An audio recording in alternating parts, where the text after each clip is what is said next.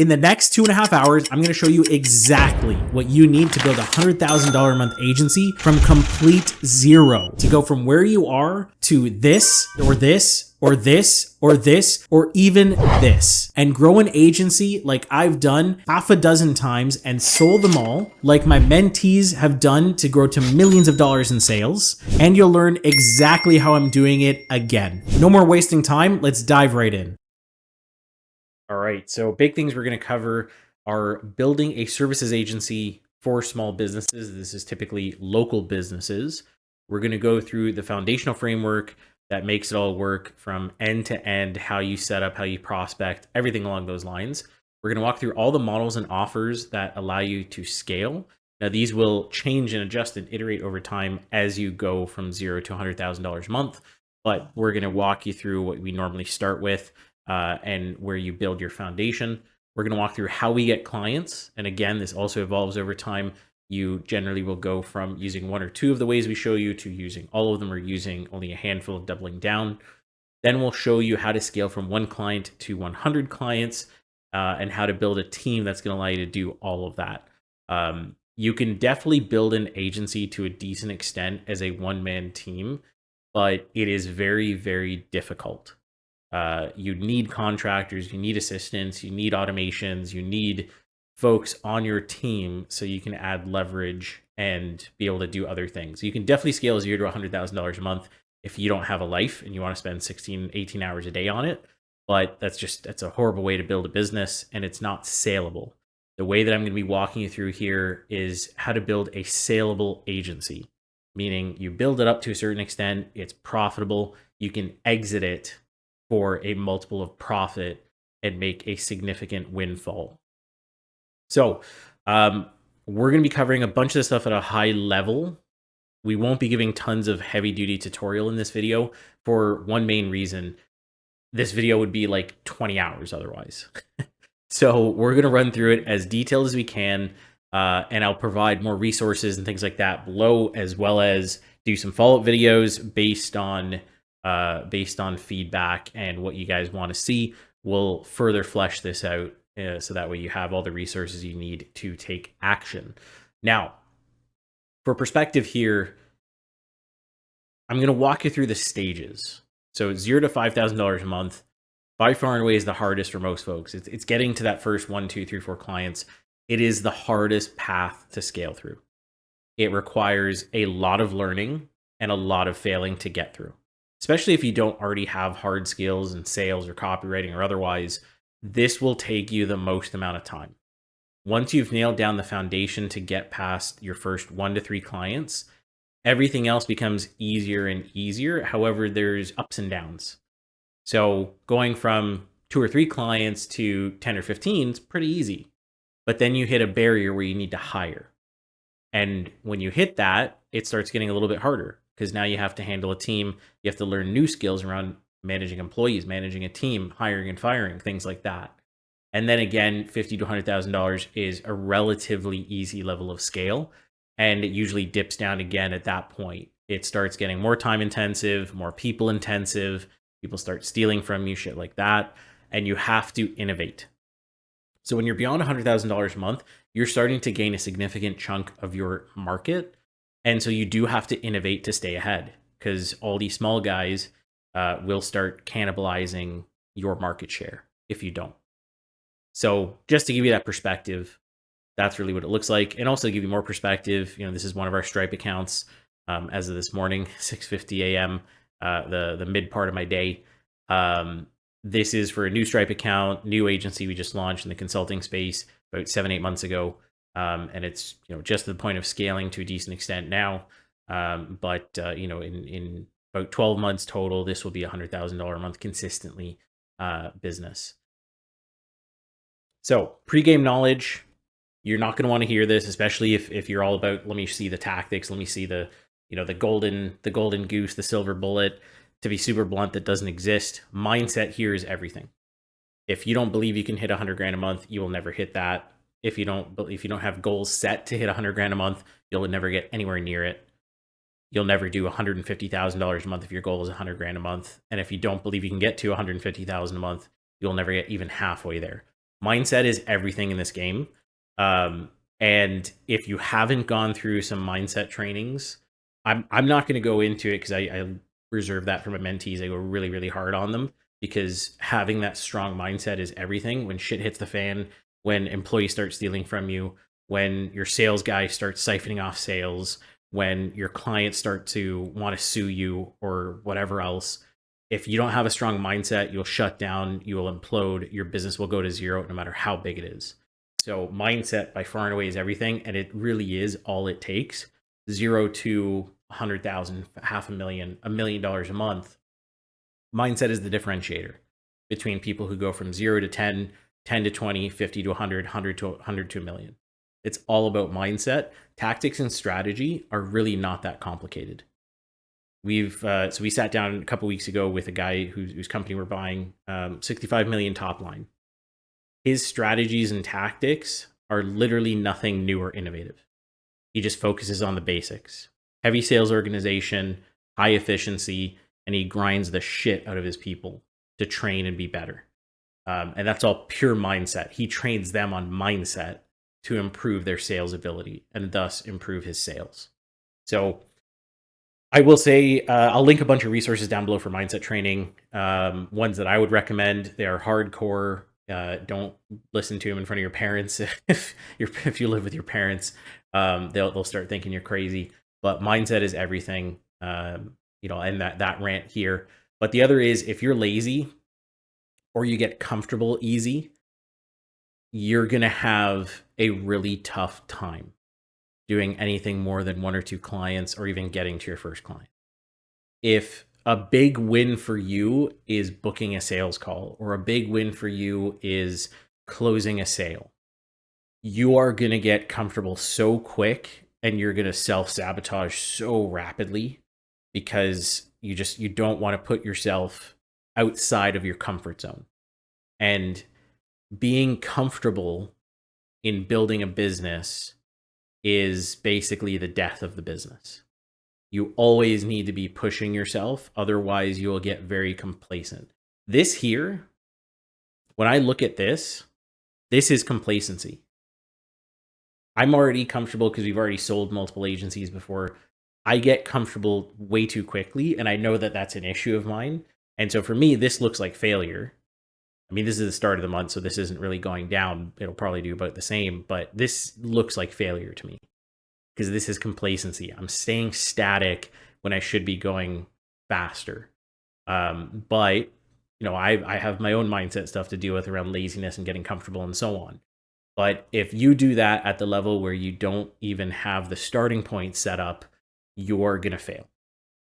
I'm not here to be your all inspiration guide. I'm not going to tell you everything's easy and it's a path of rainbows or anything like that. I'm going to give you the real shit. Same way I do for my mentees. Get out of your comfort zone and push yourself to get out of your comfort zone 24/7, 365. So that said, largest difference between those making millions and those that are not is purely their mindset. That's really what it all comes down to. The guy is doing $1 million a month, $10 million a month. Yes, there's bigger problems to deal with, but it's a mindset, strength of mindset to deal through those things. And everything builds from that. So definitely recommend look at the stuff below. There's a reason why, if you've ever bought a course, there's a reason why all of them start with mindset, because it is the most important thing. Go through the stuff that I've linked down below. If you're going to follow this, if you're not going to follow this, I don't give a fuck. But if you're going to follow this and you're actually going to take action, go through the stuff below. Go through it step by step, every single one of it. Implement all the things that they tell you, all the exercises and everything else to really ramp up your mindset, and get ready for war, because business is war. Even at a small level, getting to one client, it's you versus the other guy. Always, it's a zero-sum game. You are in it to take market share. That's how building a business is. So if you see no path for you yourself to be worth $1 million, you'll definitely never make $1 million a year. This is pure mindset. When I set a goal and I say, yeah, I want to have $100 million in net worth, that means I'll never have 125. I'll never have 150. I'll never have 200, because that's so far beyond my mindset if that's my goal. So you need to think big. Think big, but then have a plan to get there. So fix your mindset first. And, honestly, this is for pretty much everything. I'll obviously link to a bunch of stuff below. I recommend of everything in this training that I'm going to walk through, go through this stuff the most to start. Don't use this as an excuse not to take action though, but spend hours here, hours upon hours upon hours. This will be useful as a foundation. All right. So let's go into some real stuff. So the cycle of focus, no matter what size your agency, let me zoom this out, is basically these three things. So make sales, get results, leverage those results and your profit and sales to scale. Repeat. So you make a sale for $5,000, you get that client an amazing result where they get $100,000 in new sales. They've made a 5-10 times return on their cash in terms of profit. Leverage that result to go and sell more people, collect more cash, invest it in getting better results, invest it in more team, invest it in more structure, invest it in more innovation, invest it in more prospecting, repeat, repeat, repeat. That's how a business gets built. This is the flywheel of any agency to have it scale from zero to $100,000, $1 million, $10 million a month in sales. It's leverage cash to get better results for your clients. And that means everything from team to structure to how you approach result testimonial gathering, everything like that. And put that out into the market to show that you're the best of the best. Something that most folks won't want to tell you in this agency space, being an agency owner, 90% of your job, especially in sales, is to flex. If you can't flex and you can't brag, not humbly, you need to be properly in their face saying we're the best fucking people on the planet. And I apologize for everybody out there if you're watching this with your parents. I'm going to cuss a lot in this. I'm going to treat you exactly like I would my mentees. If you can't go out there and say, we're the fucking best, everybody else is garbage, we have the best results, look at this, look at this, look at this. If you're going to have trouble with that, again, that stems back to mindset, fix that first. Otherwise, you're going to have a really hard time here when you have to go and push that in front of clients. And a client's going to say, well, what about the other guy over here? He says he works with Google, and you got to be able to defend that and be like, no, that guy is a fucking liar. No one works with Google. Google is Google. They don't give a shit about agencies. But here's client X, Y, Z, A, B, C that have gotten 10, 15 times return on their cash. Wouldn't you like to spend $1 and get $5 back in 30 days? Right? So that's the flywheel that you really need to keep in mind. I'll link this down below if you want to print it. I honestly have a picture of it like right in front of me here because this is same mindset elements that I use for my agency as well. As every day it's all about making sales, getting my clients results, leveraging those results for scale. That's all it comes down to. So that said, this is just more of the same, but you're just gonna, leverage the results. This I actually didn't talk about. Leverage the results to get referrals. So this isn't just about let me collect $5,000, hire a team, and then show the results, and I'll get more sales. It's also get $5,000, get them a massive return on cash, leverage that return you got for them, and say, hey, by the way, do you know other people that I could help? Wouldn't it be amazing if you referred us 5 people and we multiply their money? They would think of you as a god for making us that referral, right? They'd love you to death because you just made them a bunch of money. So leverage all of that on repeat. That's really what it comes down to. So you do need this in order to get this, in order to get this, in order to get this. It all does build on itself. But once you have this flywheel going, you want to get this in repetition, acceleration as fast as possible. Get sales, hire a team, get client results, happy clients, and they continue referring. You can also use this flywheel. I'll link both down below. But in either case, both of these are really all that matters. So let's dive into step one. Step one is choose a market. This is I'm going to go step by step for each stage here, from where you start to what you do next and next and next. But choose a market. One of the biggest steps. I'm sure half the people watching right now are probably like, I don't want to choose a market. I'm going to target every local business. You are going to fail if that's your mindset right now. Guarantee you. I mean, feel free to comment down below if you close a bunch of clients and prove me wrong. But I'd bet at least 10 grand no one's going to comment back and be able to show a screenshot doing 100 grand a month as a local business, where they're at the point where they don't want to blow their brains out. Market selection is key. You need a market. It's really hard to implement this flywheel if you're a local agency dealing with everybody. Here's why. You're going to get sales. So you sell a beauty salon. You'll hire a team, maybe that has beauty salon experience. Maybe just hire a general team. It's almost worse if you hire a general team. So you hire someone maybe who's running like $1 billion in Facebook ads. Awesome. Sounds amazing, right? Here's the issue you're going to have. Let me get this properly centered. Here's the issue you're going to have. They run a ton of money, bunch of different campaigns, but they don't know how a beauty salon operates. They don't understand the terminology. They don't understand the customers. They just understand ads. And they'll probably make it work. So you'll probably get some results. Maybe not amazing results, but you'll get some results. Now, this customer might be happy. They might make a referral. But you go and get another customer in e-commerce now. Or actually, let's use pure local. You get a roofer now.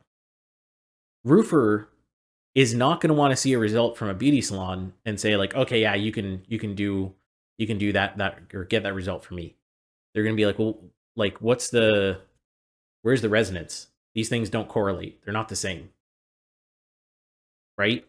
They're going to want to see that you've worked with someone like them to get a result that they can tangibly look at and hold and touch and say, yeah, I want that. I need that.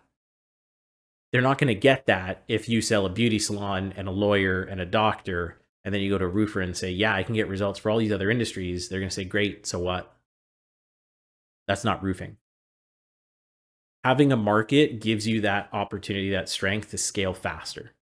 Because when you then come up on a guy who's just a roofing agency, even if his results are shit, but he has a half decent result in that industry, he will beat you out 9 times out of 10. So market selection, very, very key. Big ones, I would say, and COVID 100% solidified this. Imagine these industries are dead. Because honestly, if another COVID comes around, they are. Fitness, don't touch it. Restaurants, don't touch it. Medical, don't touch it. Anything that was a complete non-essential during COVID are markets we don't like, we don't touch. It's not to say you can't make money in them, but it's way more work. It's a real pain in the ass. If shit hits the fan, you're the first thing to get cut. Don't bother with it, to be honest. Just don't. Look at the essential list during COVID. So like look up, USA essential COVID list, Canada essential COVID list. Those are the industries you generally want to touch. Medical is in here because medical was around during COVID, obviously. Doctors didn't shut down.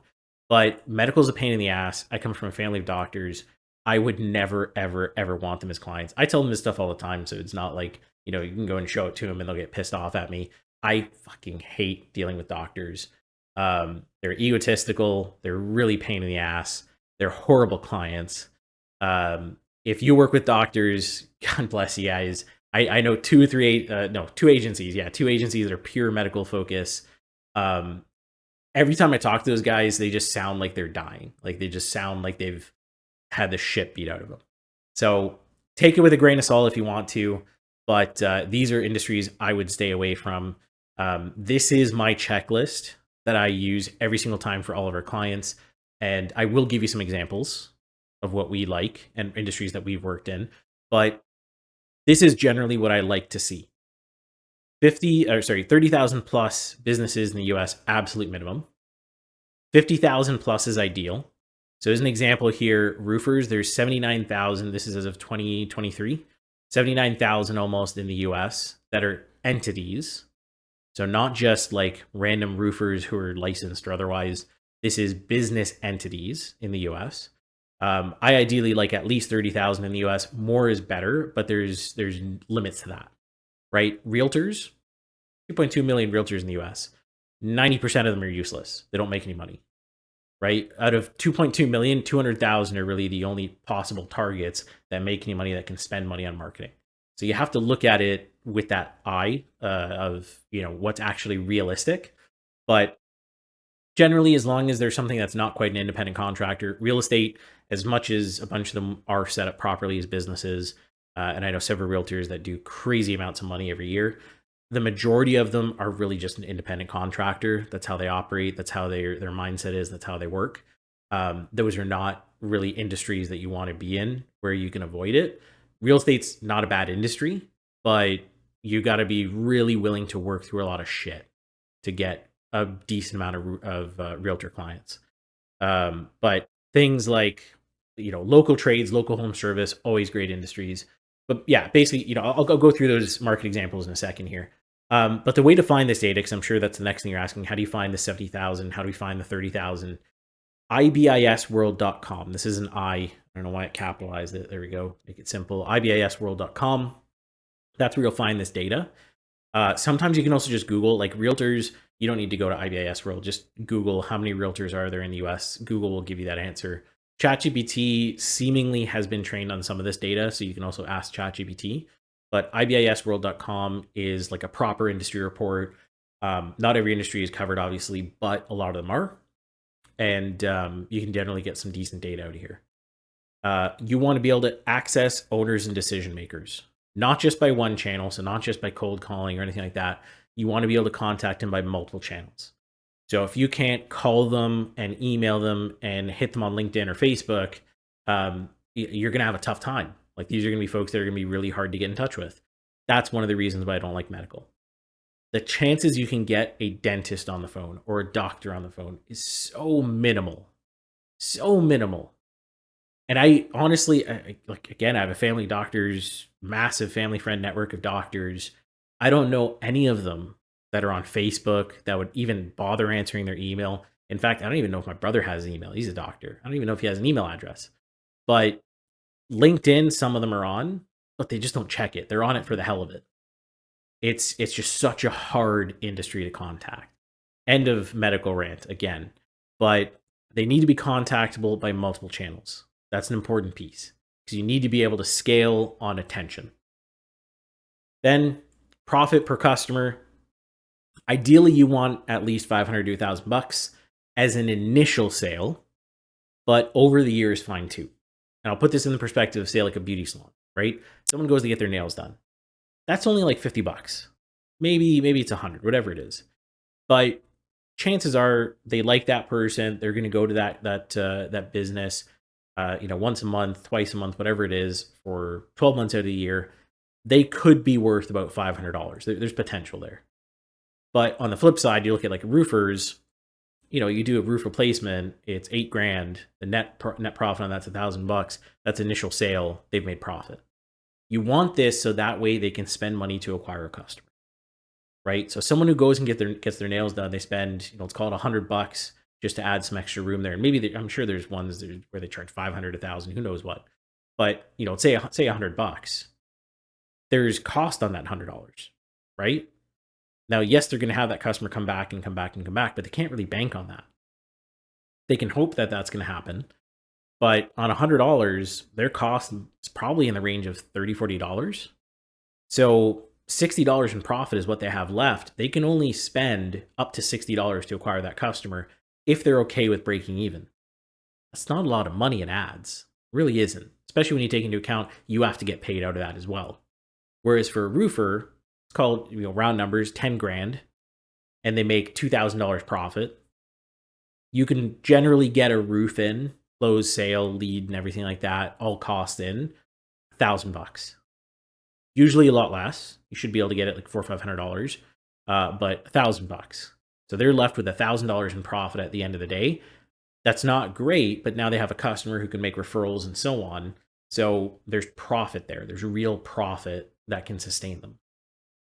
So let's talk about markets. These are good markets that we've been in, that we've scaled pretty well in. HVAC, we buy HVAC companies, so obviously it's a great market, love it. Trades markets in general are always great. Roofing's awesome market. We've had several agencies break $100,000 a month.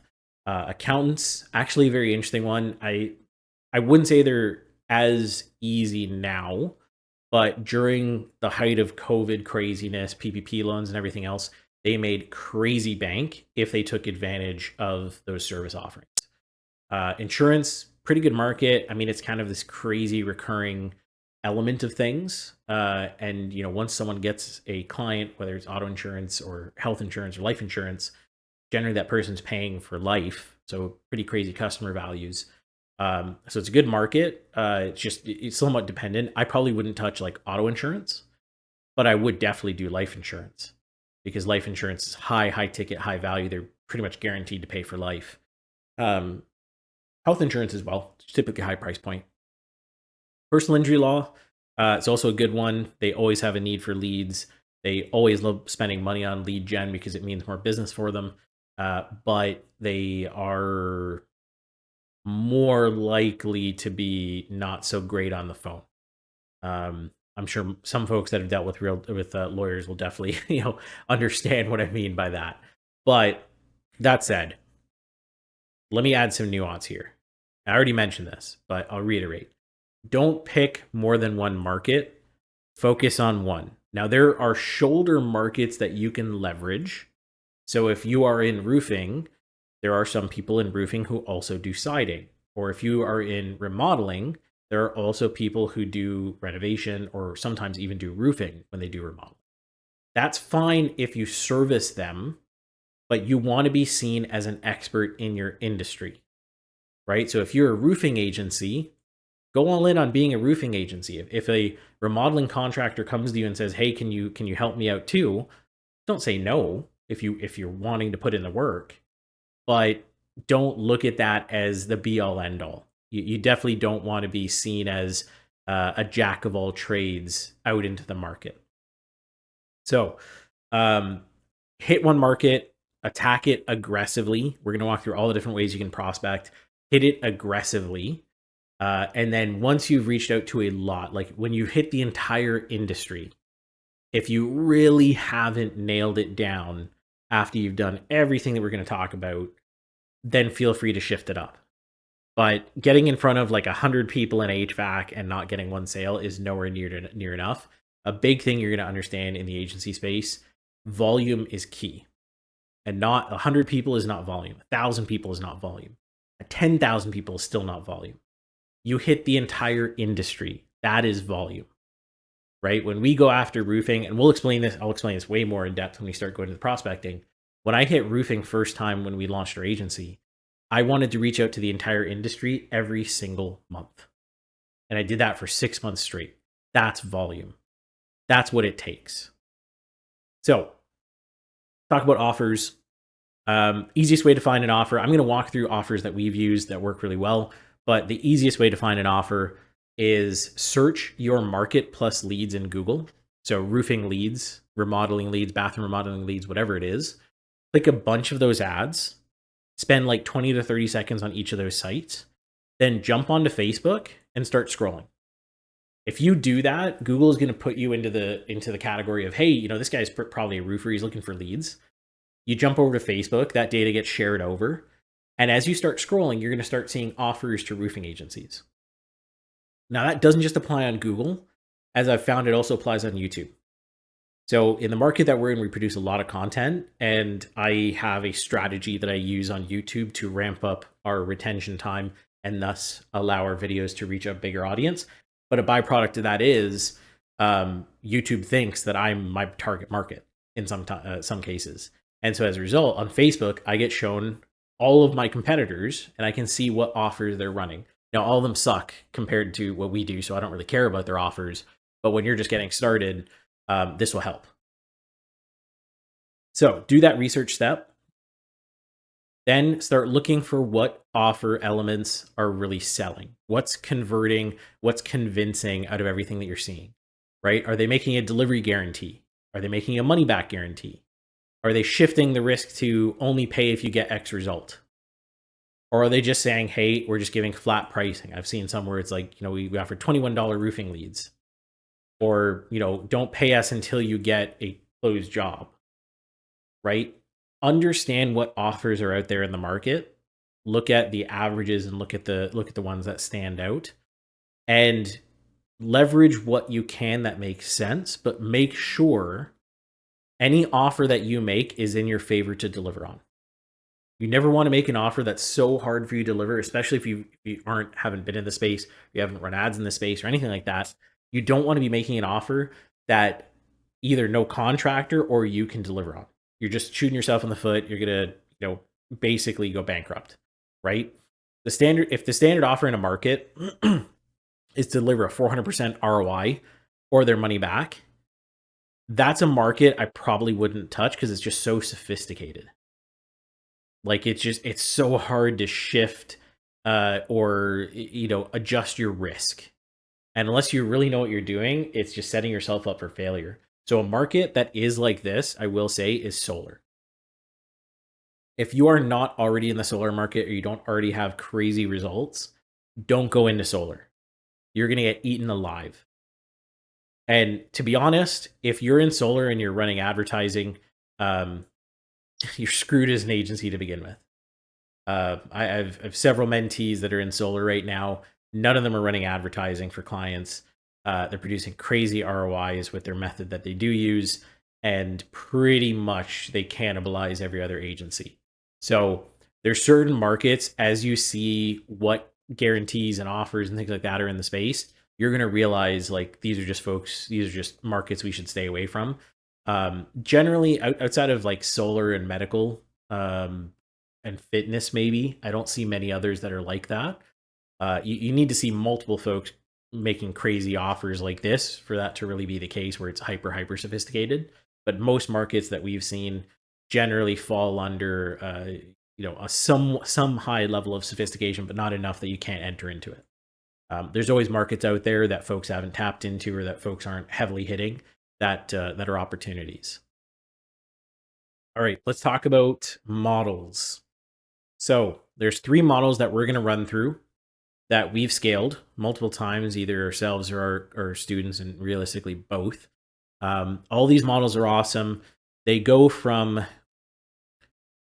easiest to sell to harder to sell, but more scalable and more profitable. The third model is the one that we generally focus on scale on because there's a lot more profit margin. It is harder to sell for sure, but it's a market opportunity that allows you to scale with a really high amount of profit, so you can really outplay your competitors. So first up, guarantee model. Guarantee model, kind of as it states in the name, is offering a guarantee with some type of money back. It is a lot of risk for you. I'm gonna be super blunt. This is a model you don't want to enter into unless you really know your shit, or you have a team that knows their shit that's backing you. So the effective offer is, hey, we deliver this result in your first X amount of days or X amount of months, or your fees back, and it's just a management fee that gets refunded, not advertising spend or anything like that. But typically you're delivering leads or appointments or live transfers or something along those lines. And we only really do this in markets ourselves, even that we've spent over $50,000 in. So we really know our numbers, right? If I was to do this in, trying to think of a market I haven't spent a lot of money in, it's really hard actually these days. Auto insurance, for example, I think we haven't spent that much, not enough that I know my numbers that well. So if I was to enter into auto insurance, I would not make a guarantee offer. I just wouldn't. I don't know it well enough. I know cost per leads are very, very low, but I don't know what the number arbitrage is supposed to look like to get them to a high level of profit. But if I was to enter into, say, roofing, I could easily do a guarantee offer, right? I'd just say, great, we'll deliver you 60 appointments, 60 in-home appointments in your first 30 days, guaranteed, or your money back. And we deliver appointments pre-qualified, and we could easily calculate out those numbers. But the reason why you really need to know your numbers is you need to calculate risk, right? And so we're not just calculating in generalities, we're actually leveraging a calculation to do this. And so what that looks like is quite literally, maybe open up a calculator here. What we'd actually do is say, hey, let's do this for roofing. In roofing, I know I want to deliver, let's say, to use some simpler numbers, let's say I want to deliver 10 appointments, right? So 10 appointments is what we're starting with. To get 10 appointments, I know my lead to appointment rate needs to be, and typically is, between 25 and 30%. So I want to assume the low end of all of my average numbers. So if it's a 25% conversion to appointment, divided by 25%, you get 40 leads is what I need to get 10 appointments, right? Now, to get 40 leads, generally in roofing, we standardize it's 50-mile radiuses for all of our targeting. And with our offer, typically that includes financing. I know my cost per lead on average, and again, we're using average numbers that we've generated. I know on average, it's going to cost me about $36 to get a lead. Now, in some states, that's higher, and I got to take that into account. This is why you need to know your stuff.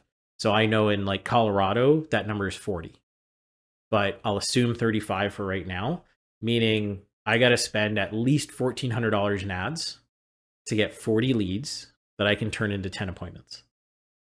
Now, what if shit hits the fan, right? What if it's Q4, everybody's running Q4 still includes Black Friday, but everybody's running Black Friday ads and Boxing Day ads, and ad costs go through the roof and all that fun stuff. Well, you got to account for that. And so that's why we also use this padding. We add a 50% padding, basically just multiply by 1.5. And so now I know to get 10 appointments effectively with a margin for error, I got to spend $2,100 in ads alone.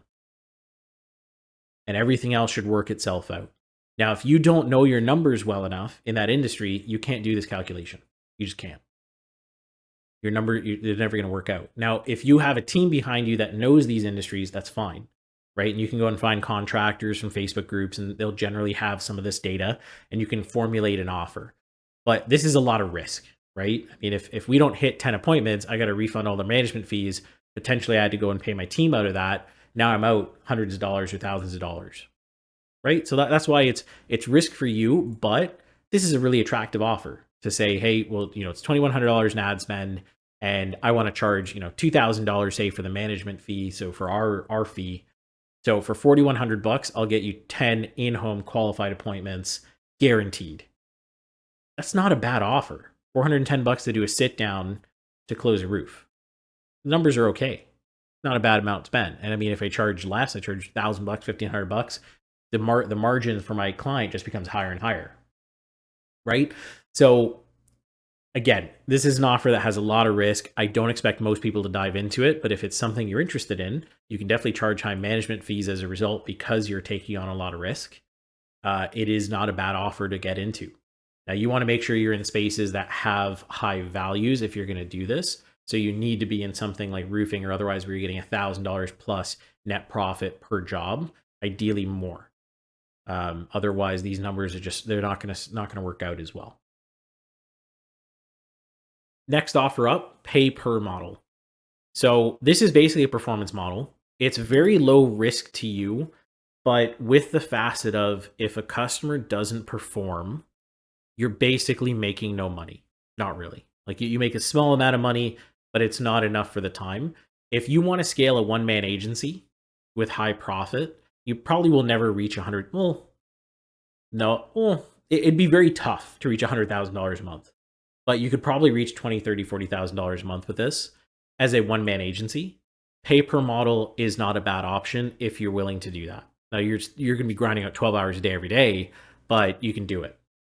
So the way we do it is we align on what's the closest thing to them collecting cash, or actually align it to them collecting cash, but within a reasonable timeline. So we don't want something where, like real estate, their cycle to getting collected cash as an agent could be 90 days out or 120 days out. Way too long. We want, like roofing, they can get in front of someone, sign a contract, get a check within 7 to 15 days. Right? That's a reasonable time frame. So depending on your industry, you align the result, so pay per X result, based on that timeline that's reasonable. So for roofing, that means, and I have it right here, for pay per for whatever aligns for cash. For roofing, that's pay per sold roof. For mortgage, that's per 1003. 1003 is someone who enters into a level of escrow, basically meaning like they're on the path to close. Real estate, pay per escrow, because they can basically go and show some around and get them into escrow in 5, 10, 15 days. That's reasonable.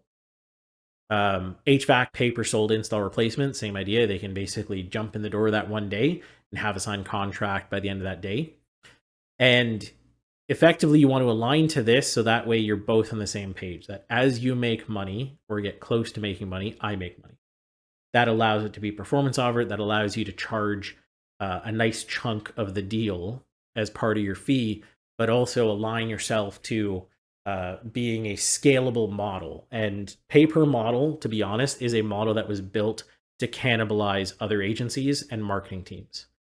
We've used this model primarily to enter into a company and either completely replace their marketing department or cannibalize every other agency they work with. So we take on everything, and it's so shifted in risk that there's no reason for them to ever get rid of us. That's what this model is all about. It's not just about reducing risk. It's actually a very aggressive sales engine. It really is. The way that we get paid on this, we get paid net 7 from whenever that result happens. So like roofer sends an invoice, signs the contract, we get paid 7 days after that. That's what net 7 means. And they might get paid 30 days from then, 60 days from then. It shouldn't really matter because once they've had a contract signed, they will collect. But we don't want to delay our cash because otherwise, we don't know whether we're going to get paid otherwise, right? Now, the economics of this, they pay for everything up to the point of sale, and then they pay us on that sale. So they are covering costs associated, as they normally would anyways. They're working with any other agency, they're covering costs, and then they pay us when a result happens versus paying us up front and waiting for a result. So they pay for advertising spend, and you set the average that would lead to results, or the minimum that would lead to results. So for roofing, like we would probably say $2,000 a month is minimum because that's 10 appointments. 10 appointments, if they close horribly, is only one sale. If they close well, they should be able to get 2 to 3 to 4 sales out of 10 appointments. Then they also pay for software because obviously there's software involved in running this, right? You don't just have Facebook or YouTube or otherwise. You have a Go High Level account, you have a CRM, you have whatever they need to have leads sent over to them, to have follow-up done on their lead flow. Any of that stuff is what we kind of lump into software, and we charge what we call a tech fee, which is a calculated out fee based on what we're utilizing to get them the result, right? So for most of our companies, and that's Go High Level, that's Zapier to transfer lead data and data back and forth. And usually that covers the cost of a part-time appointment setter and live transfer agent offshore. And so all of that rolled into one is about a cost of $200 to $300, and we charge basically the cost plus a little bit for the transaction fee. So somewhere between $250 and $500 a month. Those are costs you just have to calculate out, and then ideally you mark it up just for the just in case. The added value, though, if you can sell it, it is a slightly more meticulous sale to occur, is because we put them in our Go High Level account. Go High Level is an awesome tool if you haven't heard of it. It's an all-in-one tool for agencies. I hate it with a passion, but they're gonna love that I said this because I just won one of their affiliate programs. It is a necessary evil. That's really how I look at it. It's the best all-in-one tool that exists, but because it's all-in-one, it breaks a lot. There's not any great way around that. But with that tool, the cool thing about it is I can charge my clients for usage. So I put their credit card on file against their CRM, and anytime a text message goes out, anytime an email goes out, all of those things have usage fees associated. Right? When you send a text message, you send it through typically a platform called Twilio. They charge you a penny for that text message, give or take. What I can do with Go High Level is I can say, well, they're going to charge me a penny. I'm going to charge my client 3 pennies. So I'm going to make a penny in between, or 2 cents in between, give or take. And that margin adds up over time, right? 10 appointments, 40 leads being worked, potentially 20 to 30 text messages going out at the low end, maybe 50 to 100 at the high end, a bunch of time on the phone, 15 to 20 emails per lead. All of a sudden, you're dealing with $50, $60 in usage cost that gets marked up, and I make an extra $50 to $100 on that fee. Doesn't sound like a lot for one individual client, but again, this model is about scale. You get 100 clients and you make an extra $50 to $100 across 100 clients. That's 10 grand in extra profit. So it adds up fast.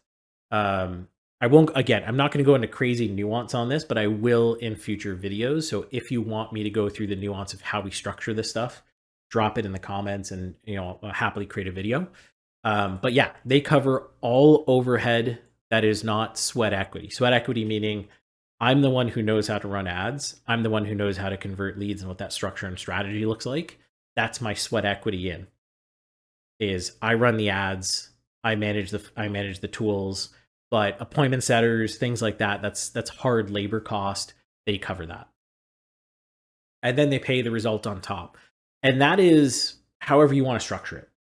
So for roofers, we usually do between anything as low as $200 for a roof replacement up to 3 to 4% of the total deal. And so, if they sell a $10,000 job, just again to use round numbers, we charge 3%. They pay us $300 for that roof every time they close. And that just adjusts based on the client, right? If you're doing this for a fitness instructor, they can't afford to pay $500 every time someone becomes a customer. They're not making enough. Even if you use the gym launch style offer, they're probably only going to make $300-400 in profit at best. So you need to pay for results going to be like $50, $25. It's not going to be a lot, but obviously they deal with higher volume. A roofer can't handle 300 jobs in a month. A fitness instructor potentially could bring on 300 with group sessions. So you got to balance that out with what makes sense. This model, like I said, is definitely meant for scale, and it's meant for cannibalizing other agencies. When I enter into a space, and I know that especially like personal injury is a great one for this, I know most personal injury lawyers engage multiple agencies, especially as they scale. I want to come in to those firms and cannibalize everybody else because I can gain market share, I can gain massive amounts of fees and massive volume very quickly. Or I use this to enter into markets where I know I need a volume of clients to make decent profit. So remodeling, for example, is a great option. Remodeling is a huge industry. 500,000 remodelers across the US. If I want to take on 500 or 1,000 clients, because I want to take decent market share, not crazy market share, not 15%, 10% of the market, I want like 0.5%. If I want to take that level of market share, this is a good model to get started. Because I can enter in, I can gain a bunch of clients really quickly, and burn and churn those who just can't convert sales with basically no cost. It's sweat equity. And then keep the ones that can convert sales and push them to scale as their business can handle it. And over time, I can end up with a bunch of clients that are spending crazy amounts of money where I'm still the cheapest option compared to another agency. But they're making money, I'm making money, and I can scale that. And that's how you build kind of a one-man cash cow, really. But big thing with this model, the way we look at it at least, channel is irrelevant and service is irrelevant. And I say that as whatever channel you're going to use to deliver results, Facebook, YouTube ads, TikTok ads, doesn't matter. And the service that you offer them, whether it's SEO or advertising or otherwise, that doesn't matter either. This is what I mean by cannibalizing other agencies. I can enter in and focus on roofing, for example. And that's really where we scaled this model last time. Roofing came in, pay per model. We closed a bunch of clients really quickly.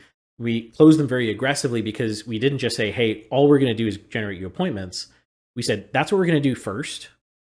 Then as you start scaling, we're going to add SEO, get rid of another agency. Then we're going to take over your website to make sure it's converting at best, get rid of another agency.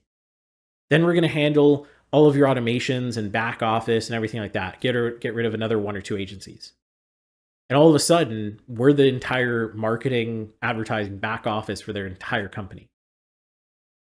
And that obviously carries a lot of extra cash.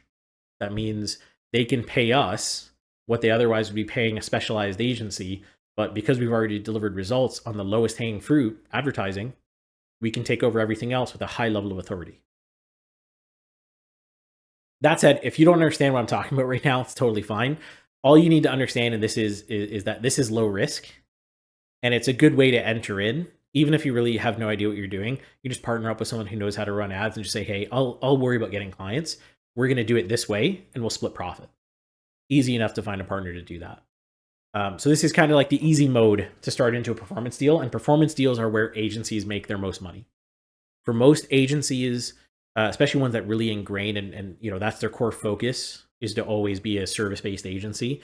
Performance is kind of like the elevated, it's like the evolved mode of an agency. Because on performance, you can always make more money. and focus on reducing your cost by just being more efficient, better automations, better systems, things like that. All right. Third model. This is honestly where we scale the most because the profit's there to scale it. It's called SaaS Info. That's what we call it. Basically, meaning you have a high ticket offer at the front. That's the info or coaching or training, however you want to look at it. And then SaaS is the back end, meaning the recurring. Now, it's not just, and SaaS means software as a service. It's not just software that they're paying for. The way we structure it is it's kind of a few parts. The high level is it's training and coaching being sold at a high ticket, $5,000, $10,000, $20,000. And then coaching as well as software that we is the only thing we train them on, using our tools, using our software, and they pay a recurring fee to have continued access to both the software as well as the training. That's why it works so well. We ingrain them into our way of doing things with this combination, and we get long-term clients. Let me kind of tell you a story here. So we have a real estate agency that we scaled up with this model. We built it up over about a year, maybe just under a year, 0 to over $100,000 in monthly recurring on just this recurring piece. We did over $1 million, $1.5 million sales in high ticket. That agency, this is like 3-4 years ago. This was during the peak of COVID was when we were scaling this. Since then, we still have over $70,000 a month in recurring revenue coming in, and we stopped selling it into the market over a year and a half ago. Now it's just basically on maintenance mode. We have a small team that handles the coaching and support tickets and things like that, and it still is recurring over $70,000 a month. The profit on that is 92-93%. It prints money. That's why I really like this model. The pain is typically this model requires advertising to scale. You can get away without. However, I would say this is the most advanced out of all the models. But if you can really nail this, you can easily scale to $100,000 a month, because really the way the numbers work out, you sell one high ticket offer for $10,000, and then you get a few $100s a month as recurring or $1,000 a month as recurring. You only need 10 clients per month, and you've already broken $100,000 in sales. Very low volume, high output, and high margin. But let me break down the details here. So effectively what this is they're going to be paying a recurring fee for a go high level sub account that's customized, tailored, has all the automations that they need in SaaS mode. So they're paying usage, they're paying for every email that goes out, every text message that goes out, every phone call that's had, all the automation stuff. They're paying for the software, they're paying for whatever they use in the software. And what we also include is all the automations, all the customization, everything that we know that works, and a baseline level of ad management, ad setup, and training and coaching. Now, this sounds like a lot, but it's really not. What I mean by a baseline level is we teach them with this high ticket offer how to do what they would need to do to replace a marketing agency. So how do you run ads? How do you understand when ads aren't working? How do you troubleshoot ads? That's the core. And then, of course, we go, as you build it out, you go into, well, how do you handle leads? How do you convert leads into appointments? How do you handle making sure leads are good quality? Things like that. But to start, you don't need all that. To start, it's just that. It's how do you set up ads? How do you manage ads? How do you optimize ads? Then what we do to simplify it is, in the first day, we set up everything for them. We set up all their ads. And then we hit launch. And now it's on them to reach out to our support team when they need ad management help. So when they say, hey, the ads aren't working anymore, or something's going on here, can you take a look? That's the only time we react. We become a reactive agency, not a proactive agency. And then we include just coaching in a group setting on a weekly, twice a week type basis.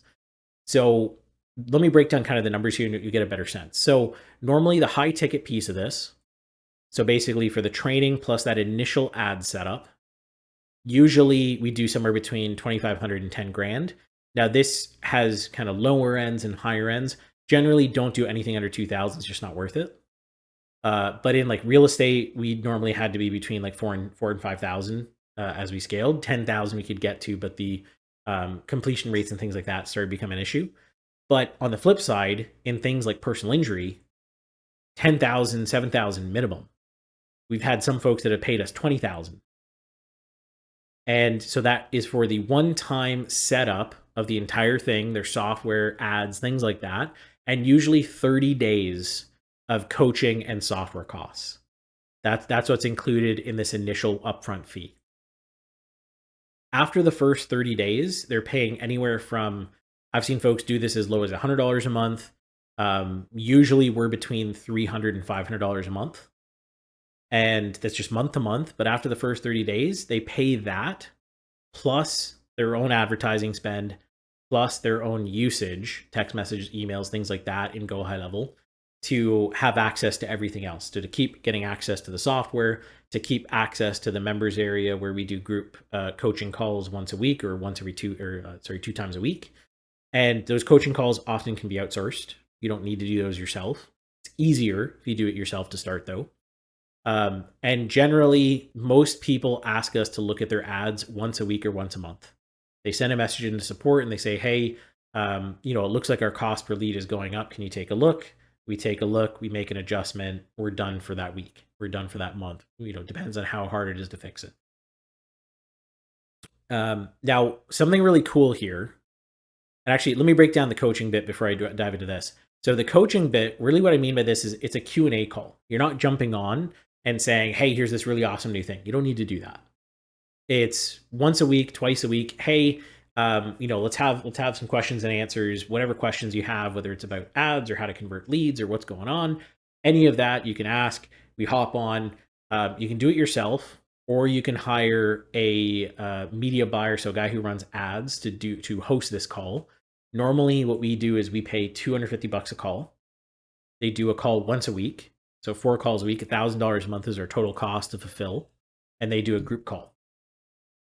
Now, what we've done in the real estate one is we had both someone who runs ads as well as someone who's run a large scale real estate brokerage to handle like the sales lead handling training. So we have someone to help with ads for Q&A. We do that once a week. And then we also had someone to handle sales and kind of coaching as a brokerage that also would do that once a week. And that way we get both sides of the coin covered for $2,000 a month. Very, very cheap. Especially comparative to what they're paying, right? But one really cool way that you can scale this up and make even more profit, because you're marking up usage, right? They send a text message, like I said before, they pay a penny, or sorry, they get charged a penny through Twilio. We pay that penny, and then we get them to pay us between 1 and 2 pennies in addition.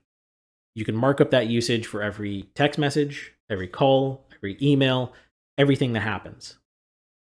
And real estate, as an example, general realtor spending $500 or $600 a month on ads is going to get 20 to 80 leads.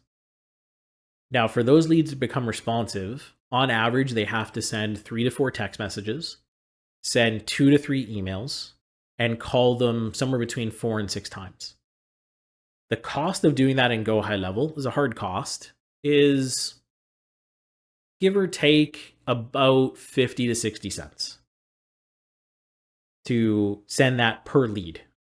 I'll specify per lead, 50 to 60 cents per lead. So if they get, let's use round numbers just to make it simple. If they have 100 leads, $50 worth of usage, text messages, emails, calling time, everything else to reach out to 100 leads to get them responsive. Now, what we would do is that's the hard cost. We would charge double that. So if they were to reach out to and follow up with 100 leads, they would actually pay $100. We would pay the $50 in cost, and then we would pocket $50. Now, again, this model is also built on scale. That doesn't sound like a lot, but like I said, we've scaled it to quite a crazy extent. When you have 1,000 realtors, you're making $50 a month in extra usage per realtor. Now you're talking about 50 grand in profit per month. It adds up fast. And by the way, the 70,000 in recurring is only this, not usage on top. Usage is a whole separate amount calculated.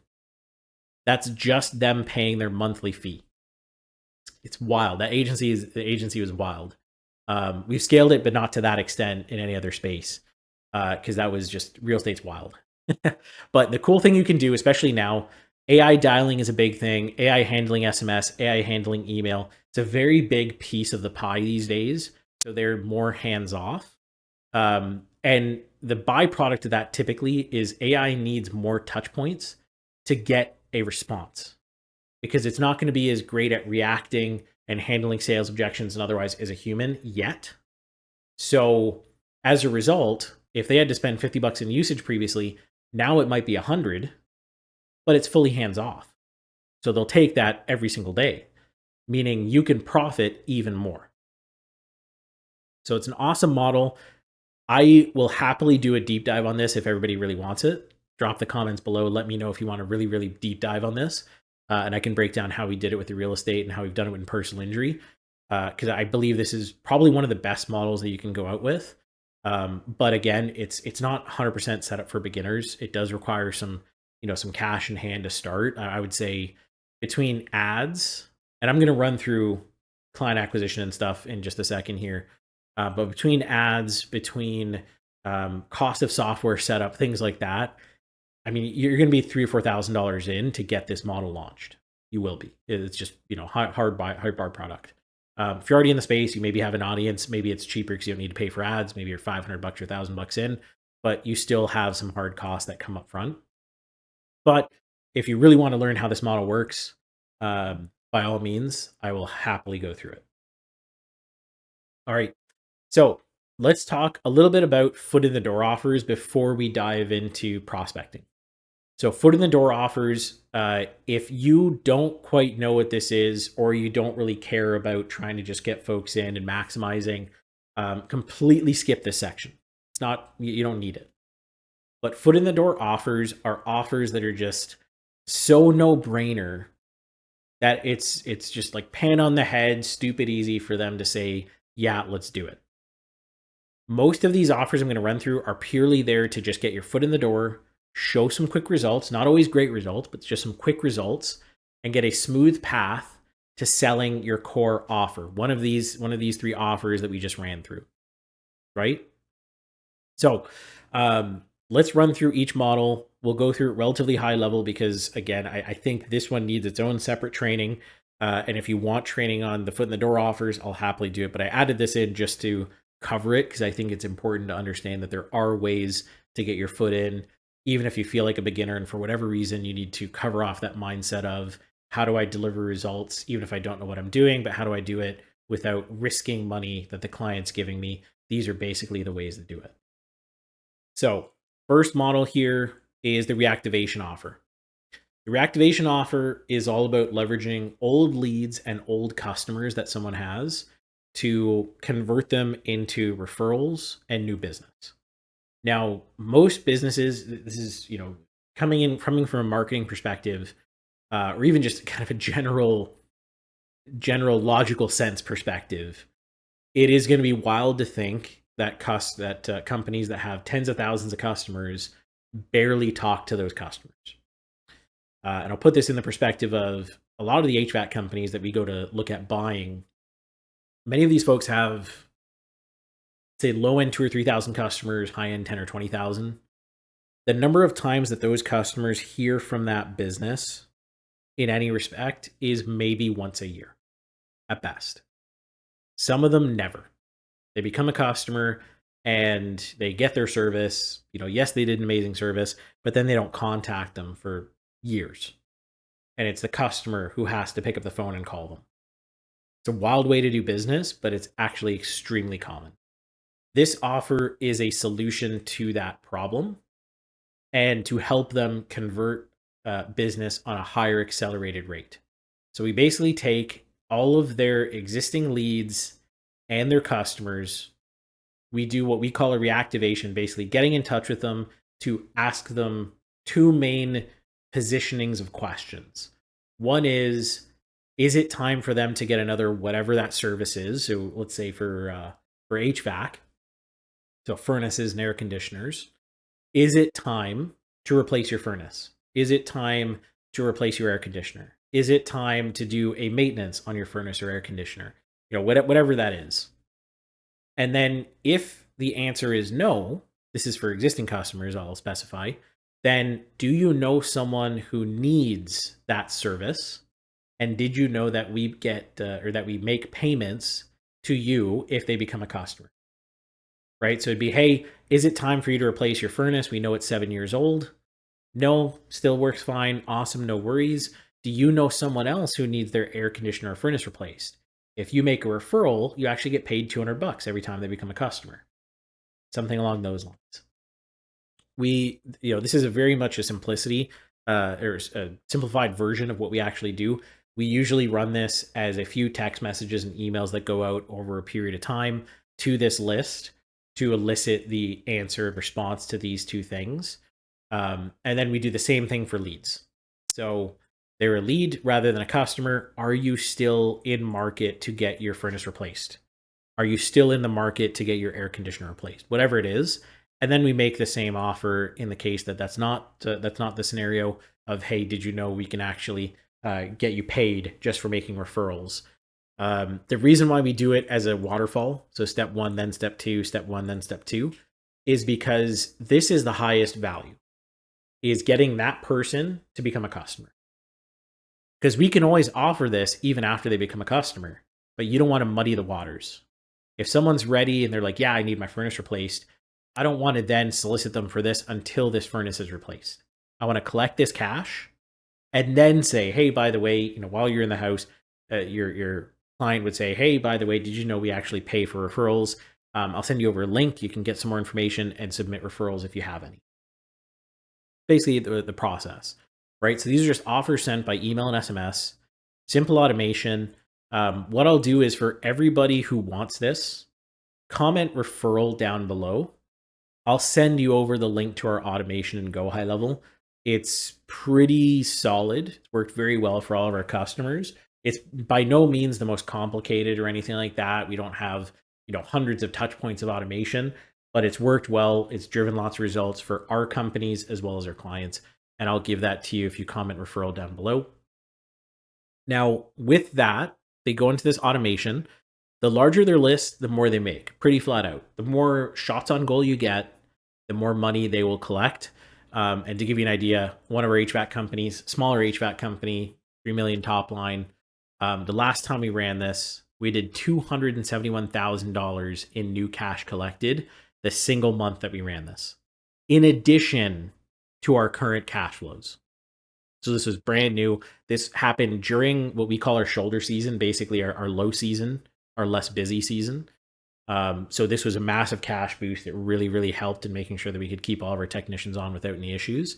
But that's as simple as it is we basically took all those leads, dumped them into the automation. It sent that automation over a period of 20 days, and we got a lot of business as a result. So the offer that you effectively make to your clients, to your potential clients here, is, hey, we're going to run this reactivation offer completely for free. And the only thing at most, and this is only at most, you don't have to offer it this way, but the only thing at most that you have to pay is the usage cost to send it all. Or sorry, at the least, really, because you do want to collect some additional fees. Or you just bite the bullet on this.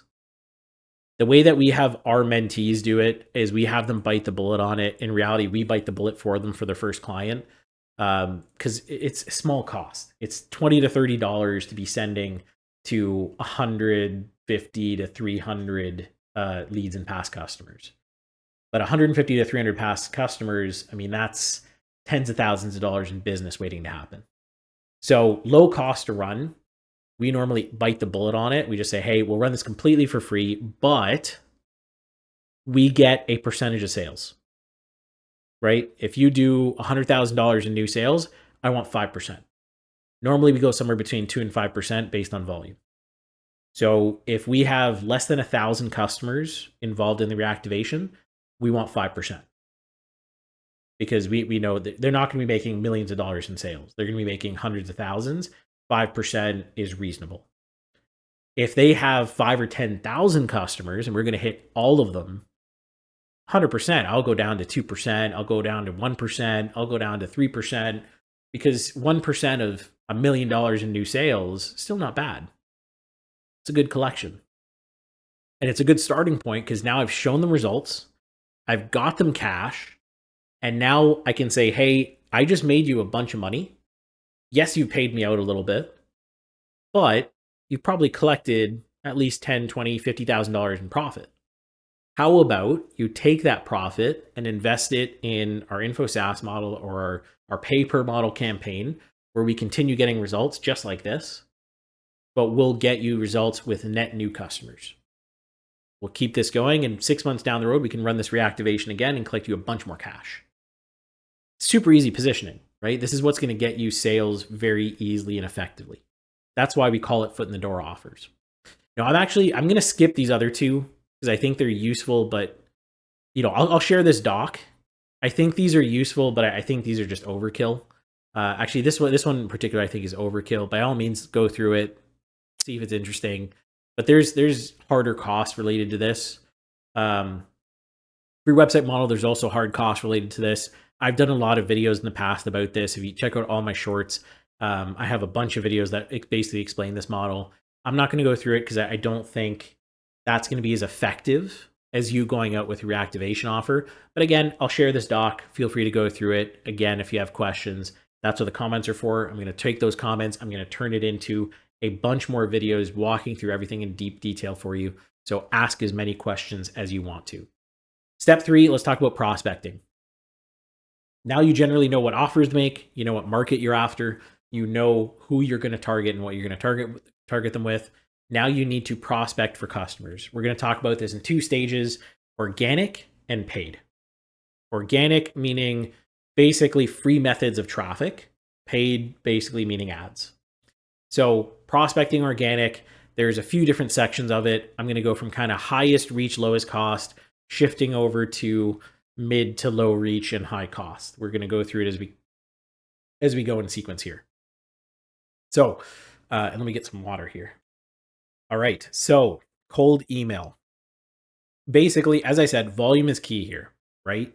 So you want to be sending thousands of emails a day, not 5 or 10 or 15 or anything like that. You want to reach the entire industry every 45 days if you're going to do cold email as a main prospecting channel. The reason being, cold email, it's effective, but your conversion rates are going to be low. You'll send 1,000 emails and get maybe 5 to 10 replies. And out of those 5 to 10, half will be positive, half will be negative. So if you send 1,000 emails, you're getting 1 to 2 positive responses a day on average. I say on average because with all prospecting methods, there's no such thing as consistency. You will get 0 response from all your prospecting for 1 or 2 days straight. And then the next day, you'll get like 3 days worth of positive responses. It's just how it works. It's how general consumer dynamics work. It's not consistent. It's consumer behavior. People are crazy. So go high level cold emailing. That's generally how we set up. It's the simplest way to do it. I have a training. If you haven't opted in for my list, for my resource section, do that. I have a 45-minute training on how we set up our go high level cold emailing system end to end with all the details. It is an awesome training, and I'm happy to do a brand new one walking through it even deeper, but definitely go through it. It's very deep. It goes through everything you need. But we do this just because it's easier to scale. So if I want to scale to 50 accounts, sending 50,000 emails a day, it's actually not really hard. But the way it works, we set up a go high level account, a sub account, basically meaning a individual CRM account, and we connect one Google, it used to be called G Suite, now it's called Google Workspace account. This is a paid email service. The reason why we use it is because Google has like the highest deliverability possible. There's no other good alternative to it, to be super blunt. There's other ways to send emails. Google is the best. But one G Suite account, it's like $6 a month, something like that. Connect that up to a free warming tool, or what I do, AppSumo often has lifetime deals for email warming services. I got, I think it was mailworm.io, something like that. I got like an unlimited account or a 100 plus inbox account, something stupidly high, for like $49 for lifetime. You can't beat it.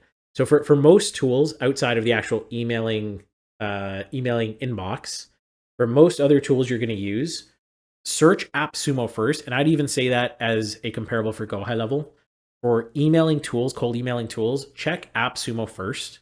There's probably a lifetime deal for some crazy software that's going to do everything you need for very, very cheap. I would always check that first, and it generally will get you what you need for very low cost. One thing I will do, if you want access to email warming and you don't want to have to go to AppSumo, comment warming below. I'll give away 5 spots to my mail warm account, and I'll get you connected up and I'll warm your cold emailing account. I have like 50 spots extra, so why not give away a bunch? So comment warming, first 5 that get it, or maybe I'll just do a random choice selector.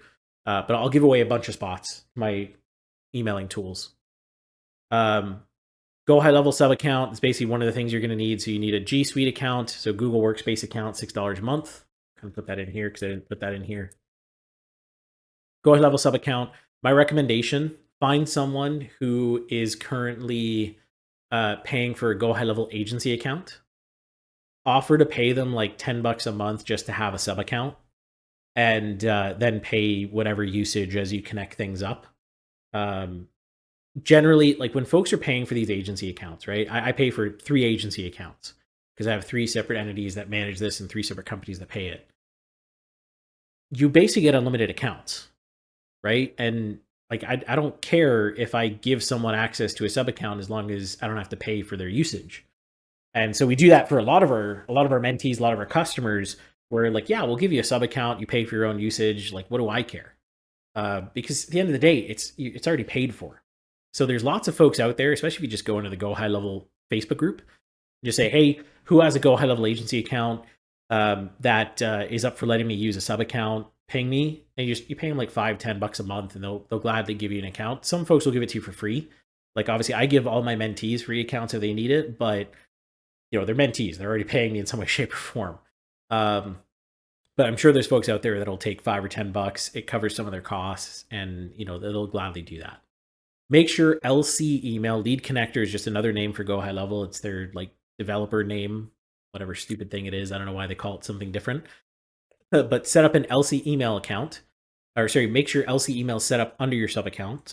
As a correction there, and then follow the LC email sending scaling guide that they have. So if you look up Go High Level or LC email warming or LC email sending scaling, look that up on Google. You will get a page that they give you that walks through exactly how many emails you can send per day over the course of 14, 15 days as you ramp up. Just follow that guide to walk you through everything you need. One big thing, keep an eye on bounce rate. So make sure whatever data you use for your audience is not complete garbage. If you get this training, it's in my resources vault.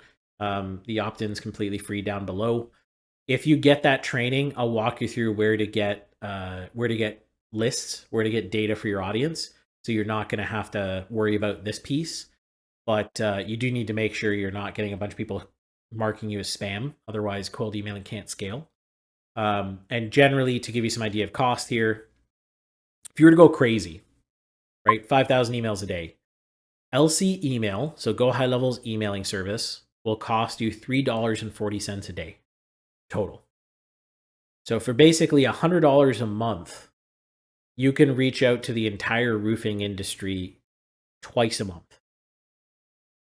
But this, to give you an idea, is going to allow you to scale, right? You send 5,000 emails a day, even 0.75% respond, not even 1%. Let me show you what that looks like.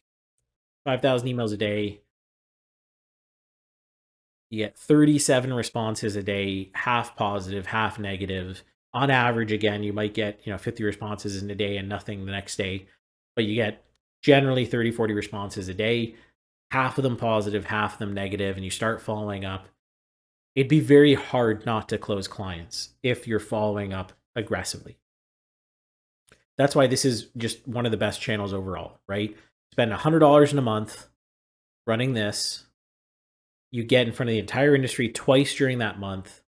You get a few hundred responses that are positive, and you start following up. The way we do follow up, one touch point per channel per day for 14 days. Call, text, email, LinkedIn, whatever you have after they reply positively. If you do that for every single lead, every single day for 14 days as they come in, if you can't close clients, you have a lot more issues at hand than just prospecting. And I will link some sales trainings in the resources vault, and I'll happy to provide a more in-depth training on sales as well. We're not going to cover a lot of sales in this. It's mainly going to be about prospecting, things like that. But sales is really what runs it all. And so you do need to learn sales or hire for sales or partner with someone who can be a salesperson, and they need to be solid. But if you get 100 shots on goal, it'd be very hard not to close at least one. And once you close one, you can keep running email, or you can move right into paid prospecting, which is going to make your life 1,000 times easier. And we'll run through that in a second here. But that's really what it looks like. If you want to go the safe way, this is the way that I recommend. One Go high level sub account, one G Suite account, do 1,000 emails a day, so that way your account doesn't get burned up. And $60 a month is basically what you're going to pay for G Suite accounts. If you want to go super safe, basically you're going to do a bunch of different G Suite accounts. You're going to pay $20 a month on average for data and cleaning, and $5 a month for domains. I walk through this setup and how to do it in way more depth in the link, the 45-minute training in the resources vault. I would recommend, if this is the way you're going to go, and I do recommend cold email for pretty much everybody to start. You're going to go that route, walk through that training. It'll go in depth. It'll show you how to set it all up. It'll show you how to scale it. That's what you want. So you want at least this one set up as your prospecting baseline. And so let's go through a couple other options for prospecting. LinkedIn automation, great way to do it as long as your target is on LinkedIn. And generally, if you're targeting anything local business, they are on LinkedIn. You're massively limited in comparison. So you can reach out to basically 100 people a day, high end. With LinkedIn's limits, if you're not using the tool that we use, chances are you're going to be relatively limited to 150-ish per month, or sorry, per week. So basically about 400, 500, 600 people per month. If you're using the tool we use, generally you can get very close to the 100 a day. So you'll be able to send between 2,000 and 3,000 messages per month, hyper targeted, obviously, and with a relatively higher open and response rate, because LinkedIn generally is like that. It's kind of how it is. It's about networking and connection. But this comes with a lot more hard cost. So LinkedIn automation tool, we use this tool called Linked Helper. It's awesome. Love it to death. It scales amazingly, but it is relatively expensive. I think actually it's now $45 a month as the last time I checked. You can get it cheaper if you pay for the year, but it is a relatively expensive tool. It works amazingly well. It is really great, but it is expensive. And so, take it with a grain of salt in terms of whether this makes sense for you or not. If your market was hyper focused on LinkedIn, so you're targeting like accountants or lawyers or things like that, this is going to drive you results, the most results, comparative to the volume you send. But if you're targeting, more mass market, maybe home services, it's going to be harder to see good results from this. So decide based on your market. I usually recommend for most markets, especially if you look at the ones that we called good markets, cold email is usually top number one, and this goes kind of in order. LinkedIn second, Facebook organic, we'll go through in a second, is third.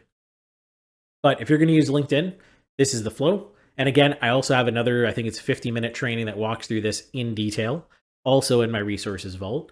So there's a lot of existing training that's already set up for you guys if you just go ahead and opt in there. The message flow is basically you're going to send an initial connection request message with your main value proposition. The way LinkedIn works is you get to connect with people, at which point then you can send them a full message. So that initial connection is only like 300 characters, very short. So you get to basically say, hey, so-and-so, do you want this? If yes, let's talk. That's your basic value proposition. So you go, we'll go all the way back up here. Hopefully I don't scroll too far back. There we go, offers. So all the way up here, you say, hey, hey, John, can I give you 30 in-home roof, qualified roof appointments in the next 30 days or your money back completely guaranteed? That'd be your value prop. That's your initial connection request. So direct to the point. Basically, are you interested in what I have to offer? Yes or no. That's what you want to get them to. Then you follow up after you've connected and they say, yeah, they basically accept your connection request. Then you move into the next step and you send a follow-up message where you can go way deeper. I think the limit on it is like 2,000 characters or something. So you can get pretty deep and you give them the full spiel. You give them the full sales pitch. So, hey, thanks for connecting. This is what we do. Here's how we do it. If you're interested, here's the link to go ahead and grab a call or reply back and we'll talk about how it works. PS, here's so-and-so, he got this result working with us. And, that's your full message back to convert them on the sale. Again, I go through way more detail in the training that's linked in the vault, so I'm not going to go through this in crazy detail. But then you're targeting on this. You basically want to target whatever is the core narrow of who you're after. You don't want to just put in roofing and target a bunch of like people that are crews and sales managers and things like that. You get so few connection requests compared to any other channel. You want to be really, really narrow, right? So if you're in HVAC or you're in roofing or you're in any type of home service, you want to only target owners and you want to target a relatively decent sized company. So you want to target 10 employees, 50 employees plus, things like that. The bigger you go, the more you also have to be aware that, 100 person, 200 person plus roofing company probably has a marketing person. So you might need to target that person. And there's some nuance when you get into that. But for most of you, if you just do, LinkedIn has a company filter of 11 to 50 employees, and then you target your industry from there, your particular target market from there. So like presidents and CEOs of roofing companies or, CEOs and founders of solar companies. That combination will generally get you who you're after. And you'll get in front of the right type of target prospects. Last, for organic, Facebook organic. We also kind of dubbed this in another training we have, the client magician method. Facebook organic is basically a process where you are leveraging your Facebook profile as a funnel. Funnel meaning you're taking them from step A to step B to step C with no extra nuance that can take them out of that, step ABC process. So the way we do that is, and again, there's a way more in-depth training in the resources vault. So this is why I'm only covering these last two at a relative high level here. The way it works is you optimize your profile to look like a marketing page. So your header banner is all about how you do amazing things for whatever market you're in.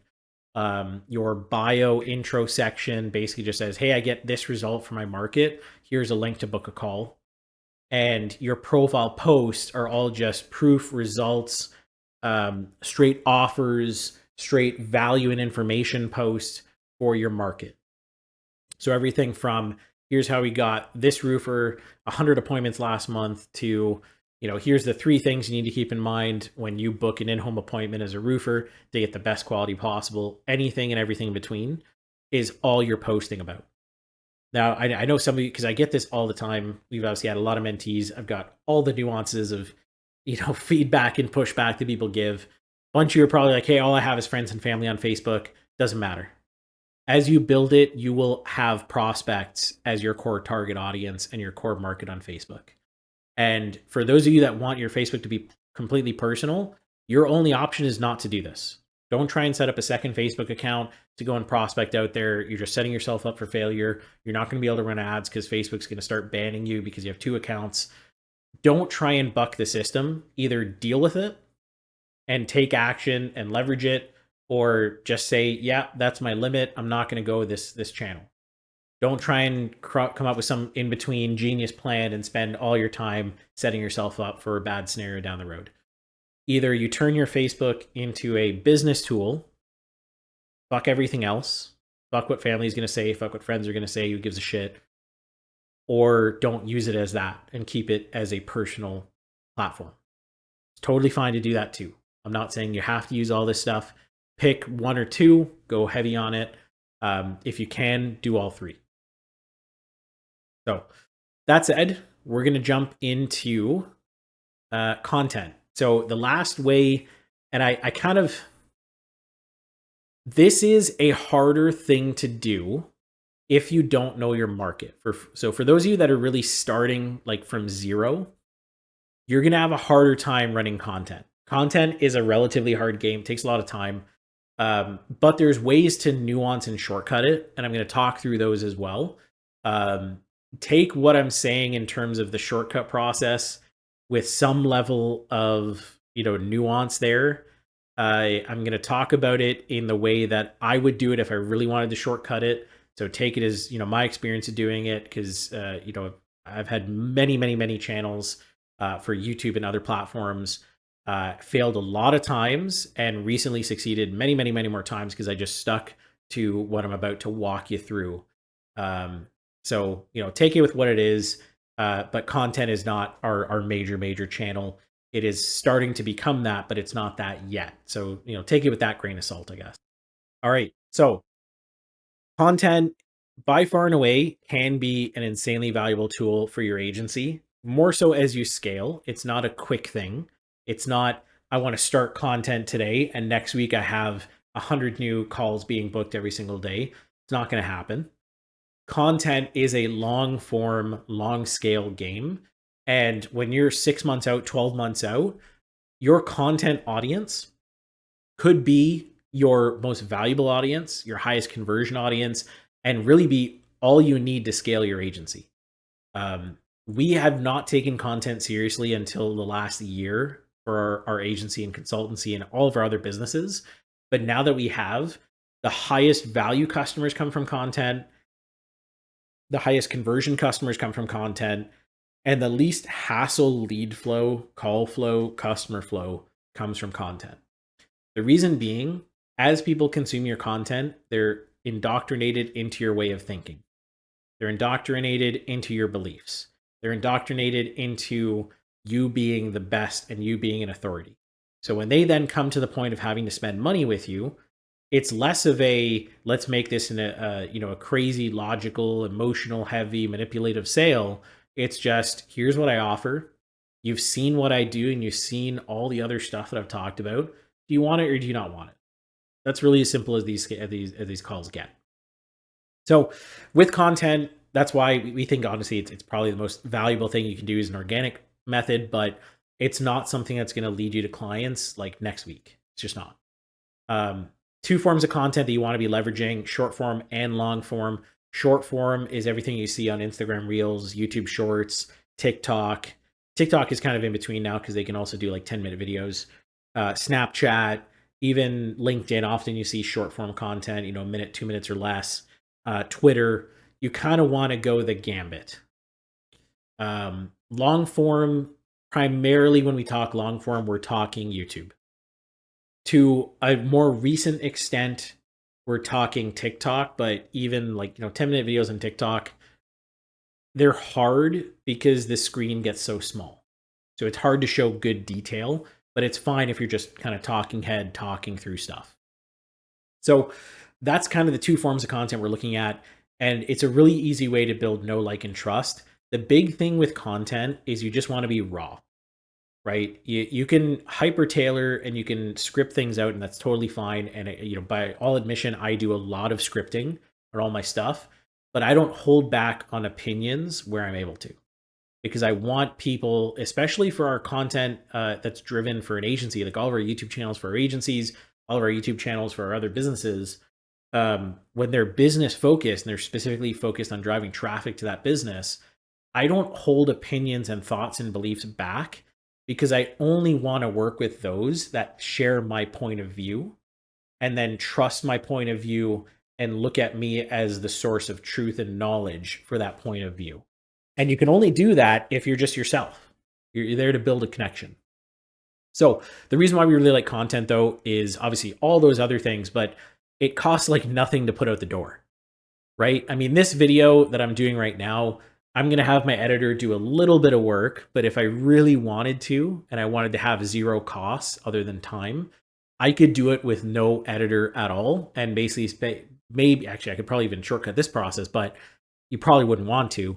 I could get away with just paying $20 to a Fiverr person to do my thumbnail and then post it. And that's it.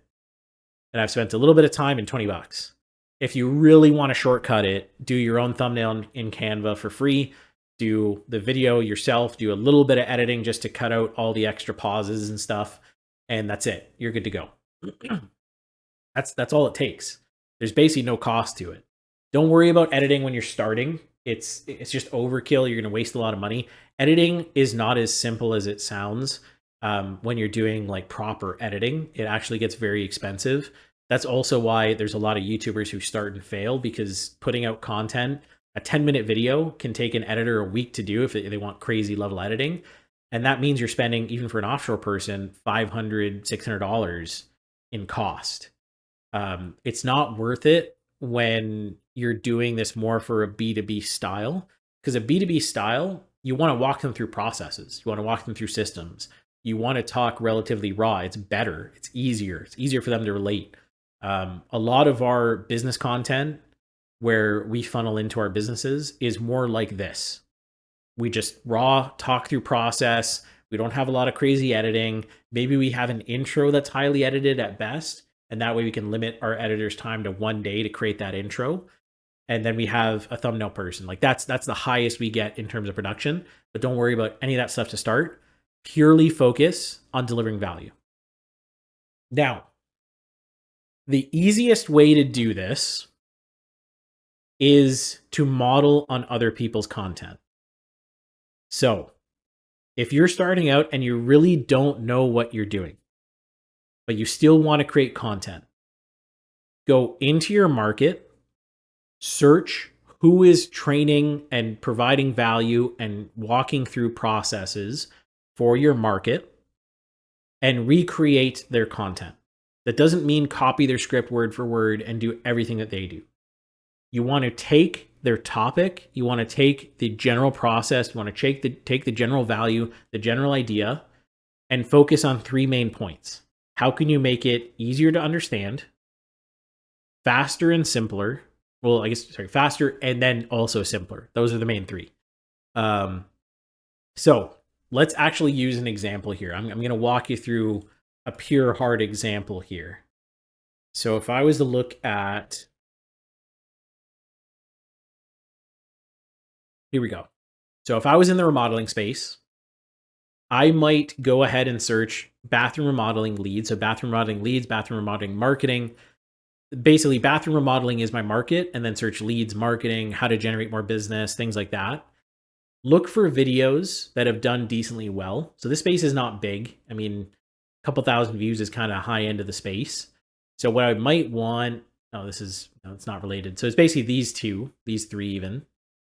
This is content that my audience, if this is my core target market, this is what they're resonating with.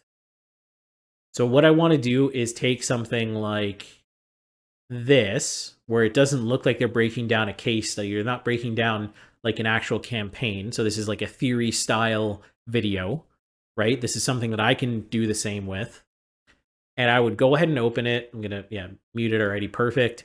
I would take this video, go through the entire thing, note down what the process is, how he goes through it, what he talks about, and then see how can I simplify what he's talking about to make it even easier for people that don't know how marketing works or how lead gen works. How can I make it appealing to them and help them understand it better? How can I make it a faster delivery result? Maybe 16 minutes is too long, or maybe it's not enough. Maybe he doesn't go deep enough. Whatever that is, how can I deliver more value at a faster pace? And how can I do it better? Right? This is a pretty fucking boring video. And maybe this is just me. I fucking hate when people give me these talking head style videos with no other visuals. This is okay because this is half decent. I can see visuals here. But for half the video here, he has 3 things on a whiteboard. fuck this guy. Sorry, Matt, but your videos suck. You need it to be more visually appealing.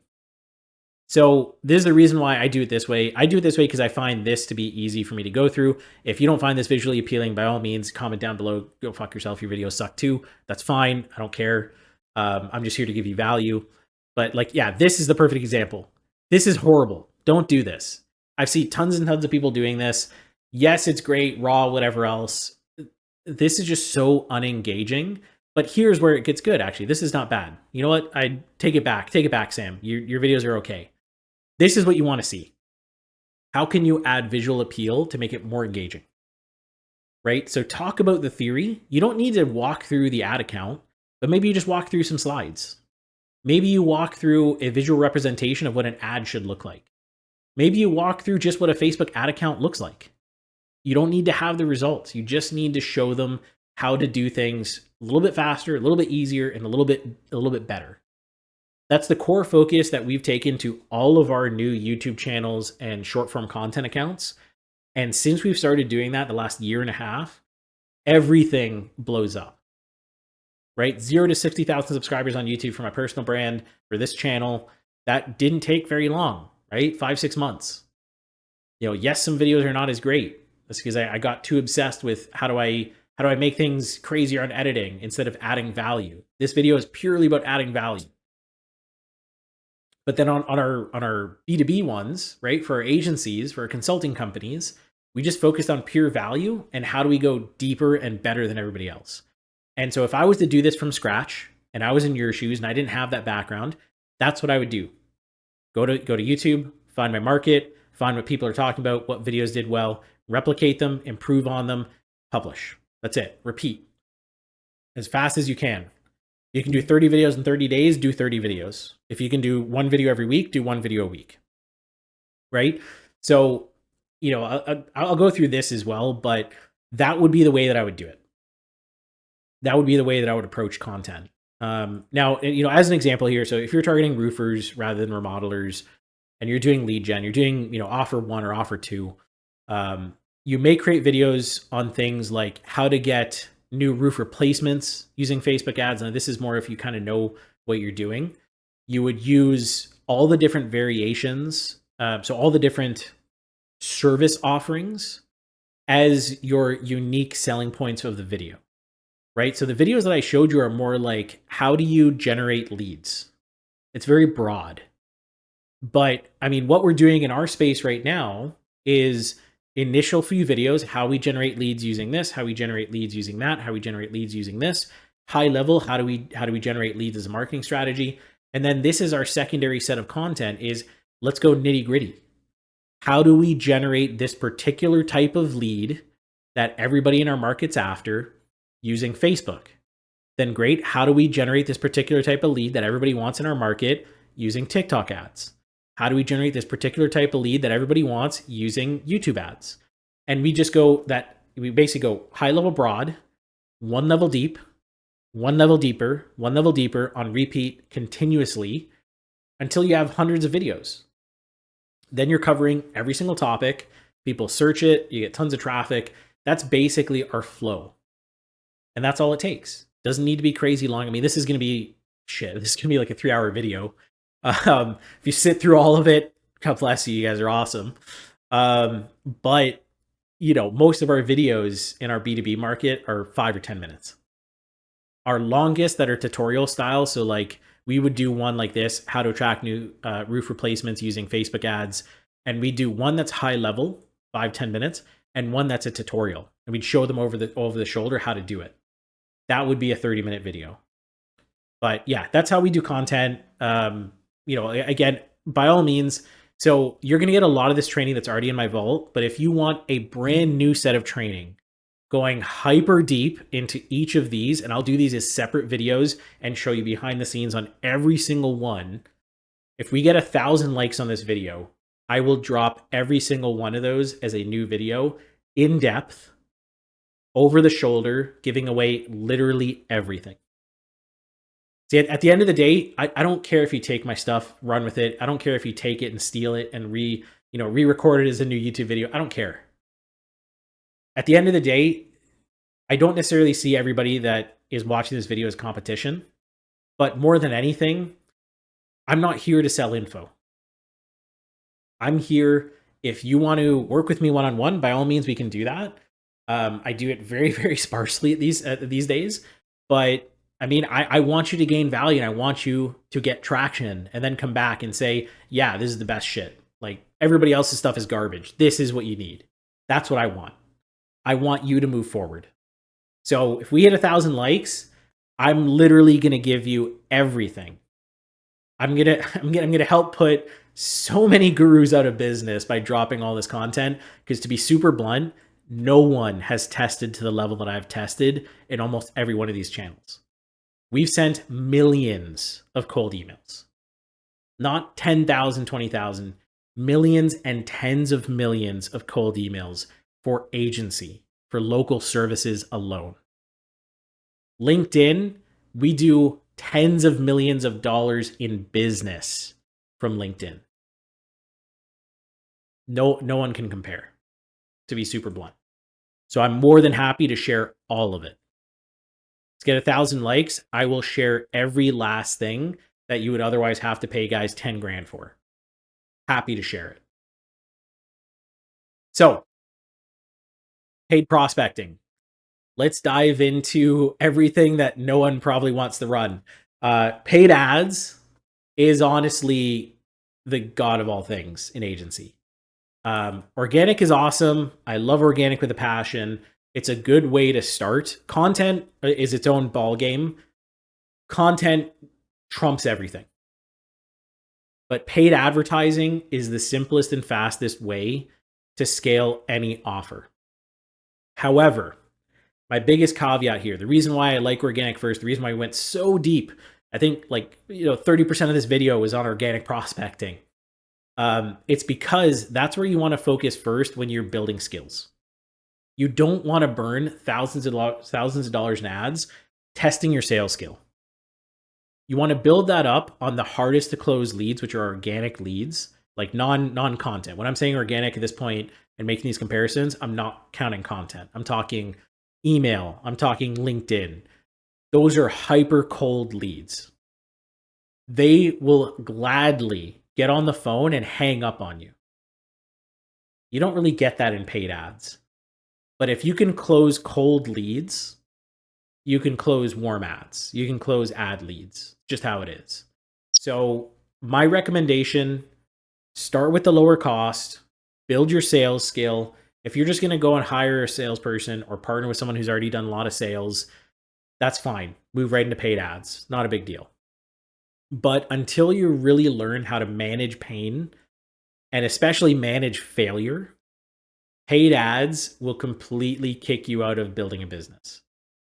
I've seen so many people, every model, every business model, it doesn't need to be agency, in every business model, drop shipping, in Amazon FBA, in all these other business models, they start with ads before building that management of pain and that management of failure skill. And they get one little wipeout. They lose $500. And it just destroys their mindset so horribly that they never try to build a business again. Or they spend 10 years getting the results that they should have got in 1 year. Building this skill of how to manage pain and how to manage failure is one of the biggest things that no one teaches. The mindset resources that I'm going to drop below, some of these guys go deep, but it's very hard to find people that talk about how do you manage failure at a large level, right? This is a big one. Let me kind of go on a little bit of a story rant here. So by all means, skip ahead if you don't want to hear my story. Managing pain and managing failure is a very hard thing to learn without the experience, which is why many of these people don't teach it. Because most gurus that you see, they slide by in life just, basically making a little bit of money here and there and making money off the backs of people. They don't really experience hard failure, right? Their hardest failure is they lose $1,000 on ads in a day, but then they make $5,000 the next day. Real failure is like business implodes. Employee steals 50 grand from you and that was what you needed for payroll. Competitor sues you because you used something in your ad that some general person put out there and they claimed as theirs. And next thing you know, you're facing a $500,000 lawsuit. A multi-million-dollar deal blows up because you said one thing wrong. That's real pain and real failure. That shit hurts. Yes, when I started, losing $50 a day on ads was a hard pain. It really was. Like at that point, when I first started running ads, I was making like 60 grand a year, 50 grand a year. And after all of my expenses, like $500 a month was what I had left over. Maybe it was 1,000. So losing $50 a day on ads and having that run for a week and losing, $300, I was devastated. But over time you realize like that's minuscule. Like we have days where we spend 5 grand and we get 0 sales.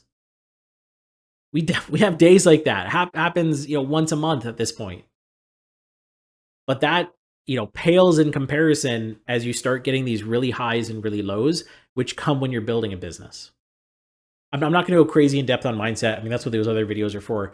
But I wanted to kind of share that, right? When you start building a business and you start getting these higher highs, you start getting, your first $100 day, your first $500 day, your first $1,000 day. I recently had my first $3 million day. No fucking joke. Now, that was when we bought a business, right? Obviously I'm going to construe it as the $3 million day because we bought $3 million worth of assets. But, I skipped right from my first, $10,000, $20,000 day to first multi-million-dollar day. But going from that to then the next day you lose 10 grand or 100 grand or this, an $80 million deal blows up. Exactly what we had happen recently. That's such a high. And then you swing 4 days later into the lowest of low. That's what gets people to completely blow themselves up. Like that's the real pain of failure and pain and like this real hard thing to manage, because as a business owner, you get these massive highs and these massive lows and they swing. It's not like you get this small high and then this small low. No, like you'll get your first like $1,000 collected, and then 5 days later your client's suing you for 5 grand.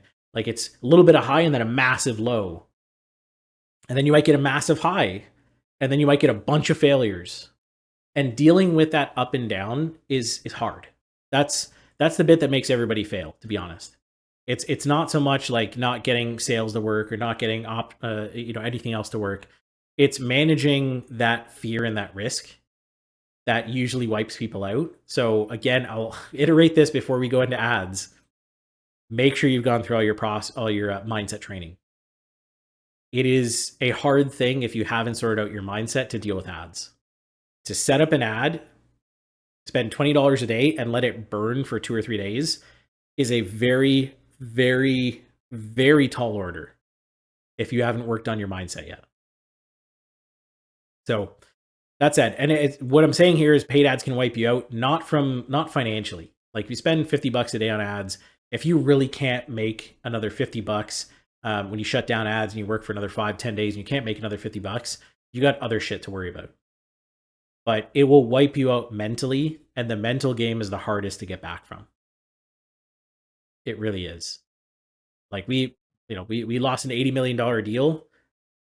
We're going to deal with it, but me getting back into a deal that big, it's going to take me a bit.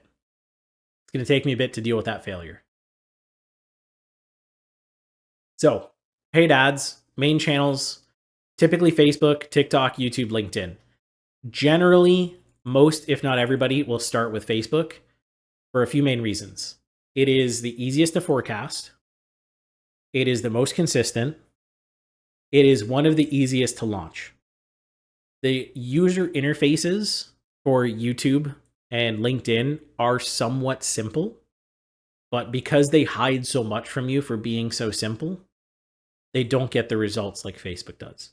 So generally, this is kind of, I'd actually put this around a little bit, and I'll mix these around just a bit. This is our kind of, step 1, step 2, step 3, step 4 game plan when we run ads. We run Facebook, and until we've maxed it out, we don't move to YouTube. When we've maxed it out, we move to YouTube.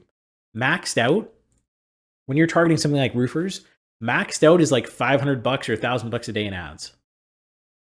When you're spending $15,000 to $30,000 in ads, yeah, you might start hitting saturation. Then you add YouTube. Then you spend another $10,000, $20,000 a month on YouTube. Then you move over to TikTok. You spend another $5,000, $6,000 grand. Actually, that's probably high end. We'll call it $3,000 for roofers a month on TikTok, and you're maxed out in that audience. Then you move to LinkedIn. Until you've maxed out one channel and really, really doubled down, don't mess around with other channels. Facebook will generally get you most of the way there. I've had more than enough agencies for myself and my mentees that have scaled into millions of dollars in sales without ever leaving Facebook as a channel for either their clients or themselves.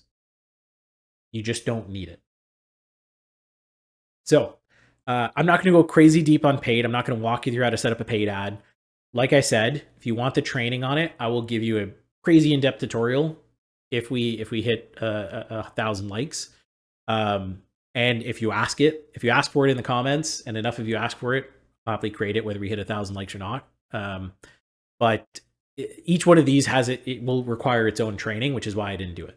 But I'm going to give you some benchmarks. I'm going to let you know what it typically looks like. So main channels, typically Facebook, YouTube, TikTok, or LinkedIn. Your main offer on these markets, on these networks, is what you're offering as your main offer, right? So if you're on Facebook and you're running the info SaaS model, your main angle and offer is going to be, hey, never pay a marketing agency again. Have you ever dealt with this where a marketing agency says, yeah, we'll get you this, that, and this and that, and pay us 10 grand. They promise you the world, and they end up taking your money, ghosting, or even worse, wasting more of your money on ads and getting you no results. Well, we have too. And that's why we created this training, this XYZ thing that teaches you how to do absolutely everything yourself. So you never need to pay a marketing agency another penny again. And we'll coach you through it and your entire team through it forever. So you never, ever need to pay an agency again. You can build your own systems, your own processes, and be operating the same way a company 10 times your size does at much less the cost. Like that would basically be your offer into Facebook or into YouTube. So when you're running that type of direct response, generally for the guarantee model, hey, we'll get you 100 appointments or your money back. These are general. You can get way less. You can also get way worse. But for most folks, until you've dialed in your ads, $150 a call or less is what you can expect, and about $1,000 to $1,200 per closed deal. When you really dial this in, so like we've dialed a version of a guarantee offer in for our new consultancy right now, the one that I showed you the results of above. We're about $70 a call and around $500 per closed deal.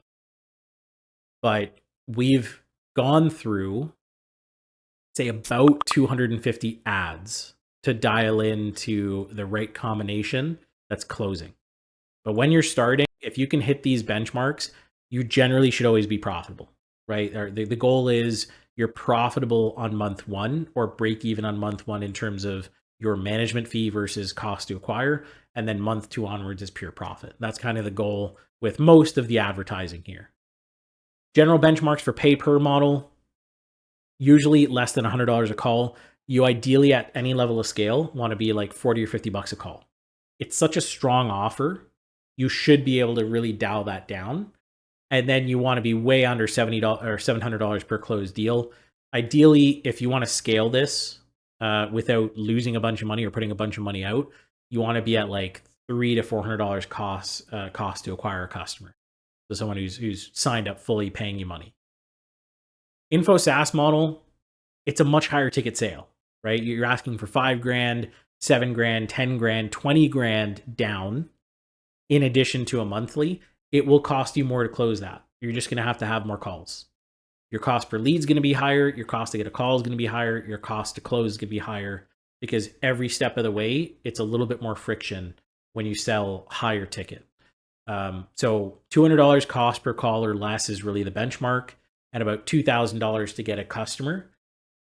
General metrics, like our live metrics into when we were running the real estate offer, was about $30 to $40 a call, but it's real estate. So we have to have a lot more calls to close a deal than any other market. And we would close a customer for around $1,400. That would spend somewhere between $3,500 and $6,000. Most of them were on payment plans. So we would basically collect about our cost to acquire in month one, and we would be profitable on month two. So that's generally how it works out. When we're doing this in personal injury, we were at about $300 cost to get a call, and we'd close for about $2,000 on a $15,000 sale. So, it all kind of works out in the end. But, to hit any level of scale here in an agency, like once you go beyond, I'm going to go all the way back up here, right here. Getting past this or past this, you generally need ads. It would be very tough to scale without ads. It's possible if your content's really dialed in and for whatever reason you get a really solid amount of traction on it, but it's tough. It's really tough. You could get here without ads. If you really struggled, you could get here without ads. You will not hit this without ads. You just won't. If you already had an amazing audience's content you're willing to grind out for 12 months, maybe, but you're just putting so much work on your plate. So yeah, so ads honestly is the way to go. But two things: worry about it after you've nailed down your sales, you nailed down those hard skills. And also, as a note, don't stop your organic prospecting just because ads is working. You want all systems running so your cost to acquire a customer is reduced as you go. And so even if your numbers here are crazy, so say you're selling a $5,000 upfront SaaS info model offer, and your cost to acquire a customer is $4,000 or $5,000, that's fine. If this is from ads, that's fine if email is also bringing you a few more customers every single month, because your cost to acquire a customer from email is only going to be like $500. So it'll overall reduce your cost to acquire a customer, meaning you can continue scaling more aggressively, continue being profitable. Now, that said, don't run what doesn't work. So let me kind of recap here. If you're running email and you're running LinkedIn and you're running Facebook and you're doing content and you're doing ads, and only ads and content and LinkedIn is generating you results, like as you're scaling, cut Facebook, cut email. Focus on what's generating you results after you've had enough data to decide on results. So for email, that's after you send 10 to 20,000 emails, ideally after you've reached your entire audience. LinkedIn, that's after you've run it for about 3 months straight. Facebook, same idea, about 3 months straight. Content after about 5-6 months. And then ads, after $1,000, $2,000 or so, you'll know what in particular is working well. Once you've dialed in those channels, go all in on every one of those channels. Max them out. All right, step 4, sales. Like I said, we're not going to go crazy deep into sales.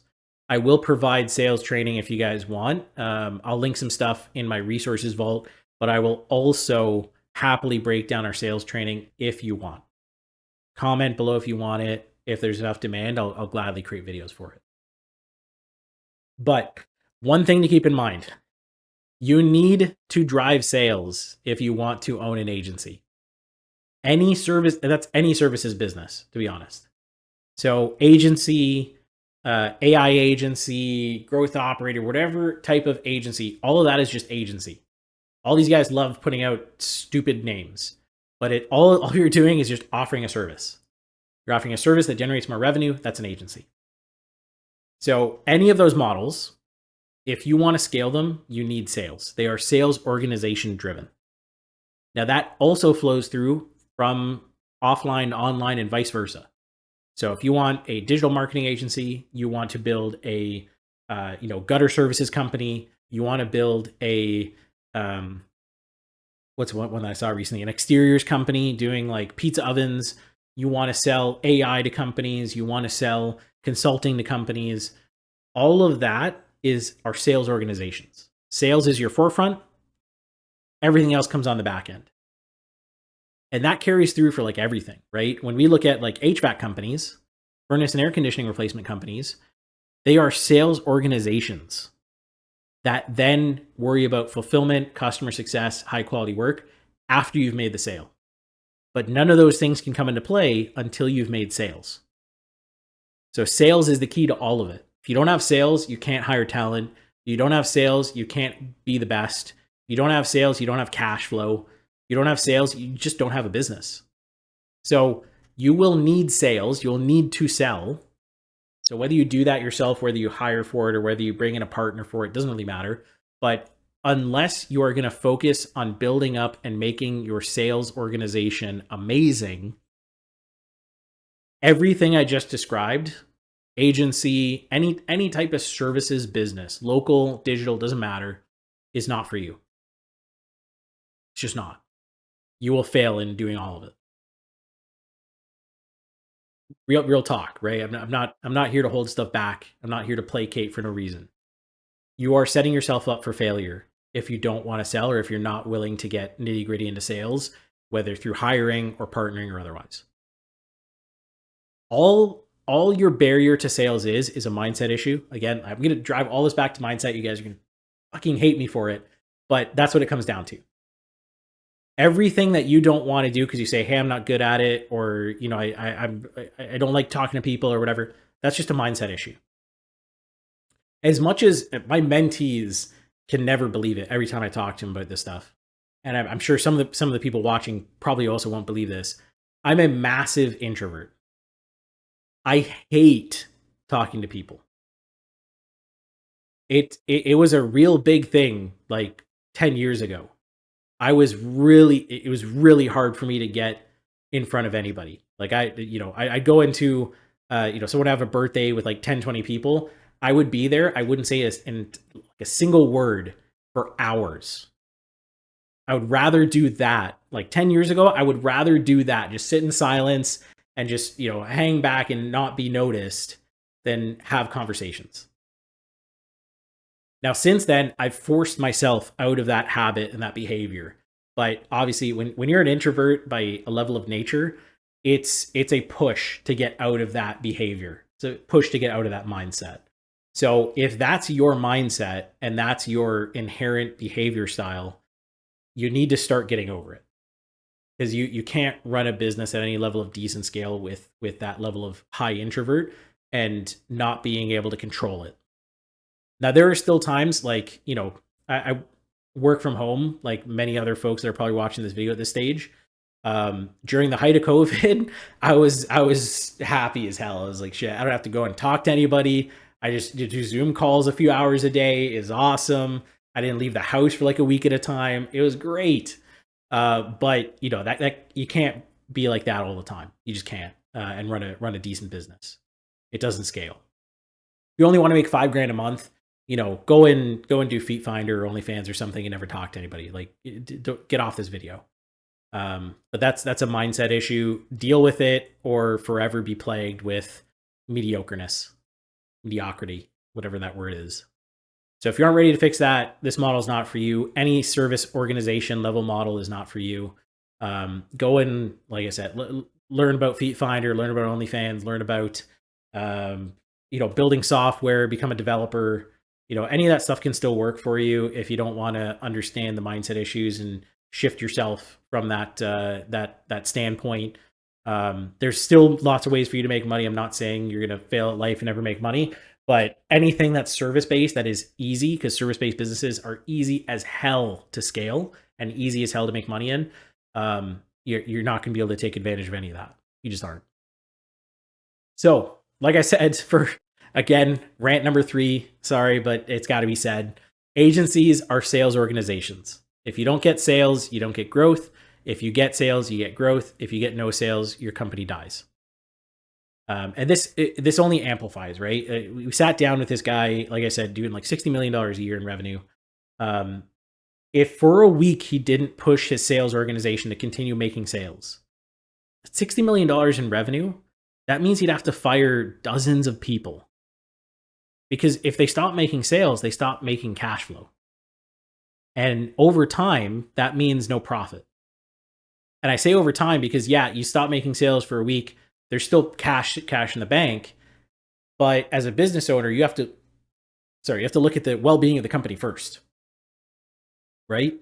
So if we're running at even $5 million a year, and for 1 week we make 0 sales, within 3 or 4 days of that week, I'm starting to look at who do I have to lay off. By the end of that week, I've laid off whoever I need to make sure the company stays on. Because yes, I'm going to hate that I have to cut off cash flow to those few people, but it's a greater good scenario when you run a business. I got to worry about making sure the folks who are still key to driving new sales can feed their family. It's not a greed scenario. It's not how much cash can I put in my pocket.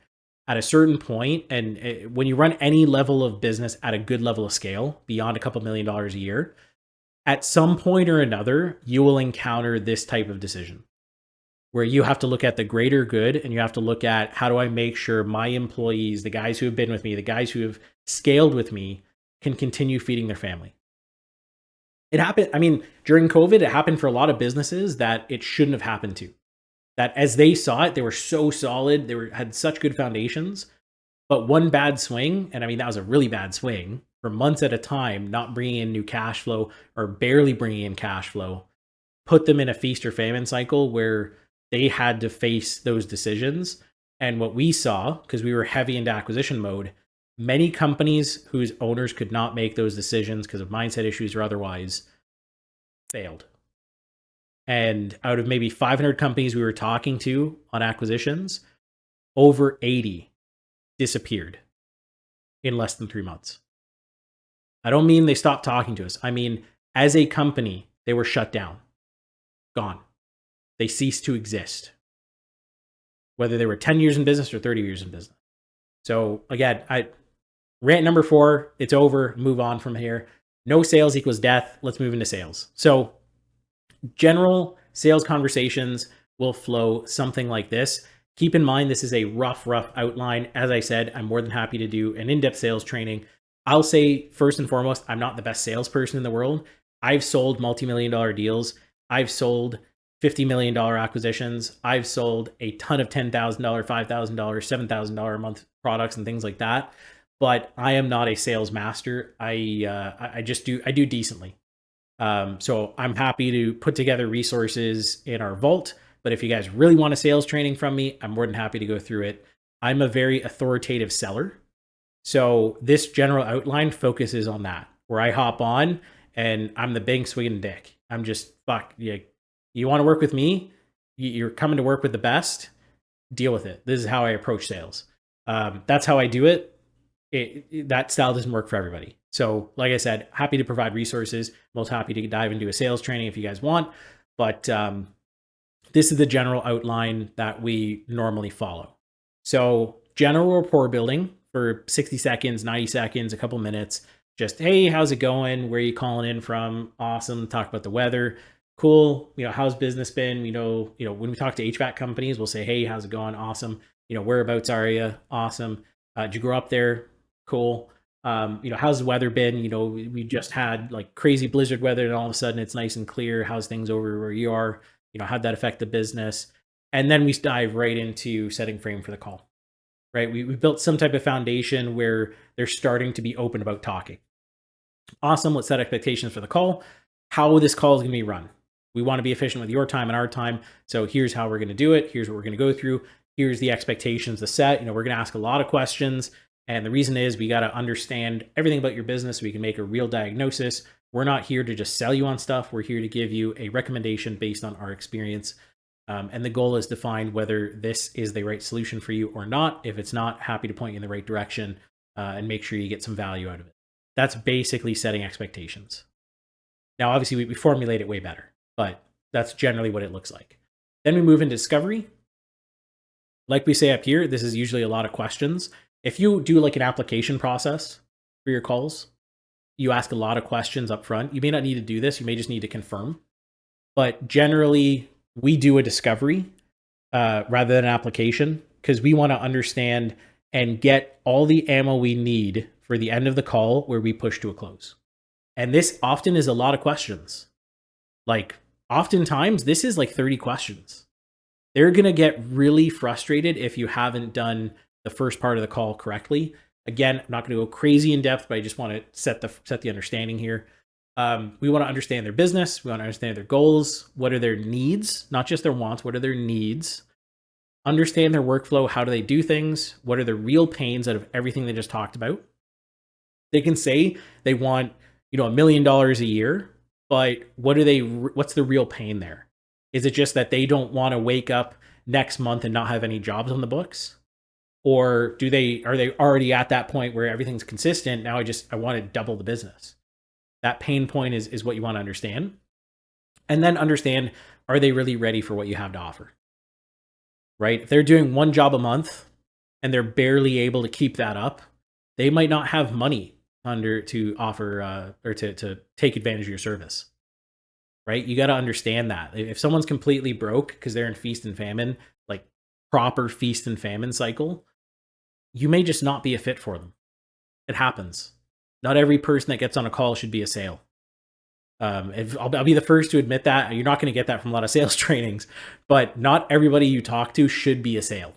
You got to figure out who's a good sale and who's a bad sale. And the guys who are a bad sale, I mean, you can sell them. There are guys who will walk you through how to sell that stuff. If someone can have real harm done to them by you making a sale and forcing them into something that they're not ready for, like, fuck you. That's a really bad thing to do. So make sure you understand, are they really ready for your service? Recap, review what you've learned. So here's everything I learned about what I just asked. Here's how your business operates. Here's where you're at. Here's what you need. Here's what you don't need. Here's your main pain point. And this is what you think that vision looks like to solve it. Cool. So, does all that make sense? Is that all in line? Is that really the goal? You're basically getting them to, make sure that they know that you understood what they've just said. Then you outline the solution. So ask them what the solution would look like, refine based on the needs that they have, and then you're just going to confirm that there is a pain and solution fit. So what you have to offer is a fit for the pain that they have now said that they have. If it isn't a fit, just point them to a different solution, right? Maybe they don't need your service. Maybe they just need a software. Maybe they just need a consultant. Maybe they need to go and hire. Point them to a solution if you can. And if they aren't a fit, just end the call. Give them the solution. Give them that extra little bit of value and just say, hey, it's great. Unfortunately, we aren't the greatest of fits. Here's where you got to go. I can email you a follow-up with just some of that info, but I appreciate you taking the time. And then ask them for some extra value there. You give them value, ask for extra value. Say, hey, do you happen to know anybody who might be a better fit, who might need our services? We actually offer a referral fee. And, when you are a good fit to work with us, you'll have either credit on hand or we'll just give you a check. Why not turn that into a different sale? Right? So if all's a fit, pain solution fit, makes sense, make an offer if you're aligned to deliver on solving their pain. You make an offer, and definitely, like I said, this is a structure. Not every sales call is the same. It should really be a conversation. It should be an understanding. This is the reason why, lots of agency programs that you might see out there will say, yeah, I'll give you the sales script. But when you start talking to sales training organizations, and we've dealt with a lot of them at this point, a lot of them, their core thing is, hey, we don't train our sales guys on a script. We train them on a framework and an understanding of how to handle scenarios and objections. And then it's up to them to have a conversation. They follow the framework. So it always goes step 1, 2, 3, 4, 5. And if they jump back and forth between steps, that's fine too, because they have to handle it in the right scenario for that particular potential client. So In the same way, like the stuff that I'm going to link you to below and the stuff that even if you want me to create a sales training, I will again walk you through this in much more detail, but I'm not going to provide a script. They won't provide a script. It's about understanding frameworks and understanding how to really just talk to people, right? How to handle those objections and have a proper conversation, because it is not always a logical sale. Sometimes it's an emotional sale. Sometimes it's a psychology based sale. It's a, deep underlying mindset issue based sale. And you have to understand how to identify and combat that stuff. So that is sales. Similar to the foot in the door offers, 4.5 here, follow up. Follow up and sales go hand in hand. I talked a little bit about follow up when I talked about email, but this is really what I mean by follow up. And we have a particular process that we use for follow up. All follow up should always follow some type of process that's defined, or a system that's defined, or an automation that's defined. Biggest thing with follow up is leveraging everything you have. And so we call this the lead bucket. For us, a lead bucket is anyone who ever replied positively to our offer who is more than 10 days old. So if they said yes today, for the next 10 days, they're what we call an active prospect, someone that we need to follow up with aggressively. After 10 days, they've already forgot who we are. They just have. So that's what we call a lead bucket type person. They're entered into what we call the lead bucket, which is just a stage of the pipeline. There's someone who has responded positively, meaning they are in market to some extent, but they've lost point of contact at some point.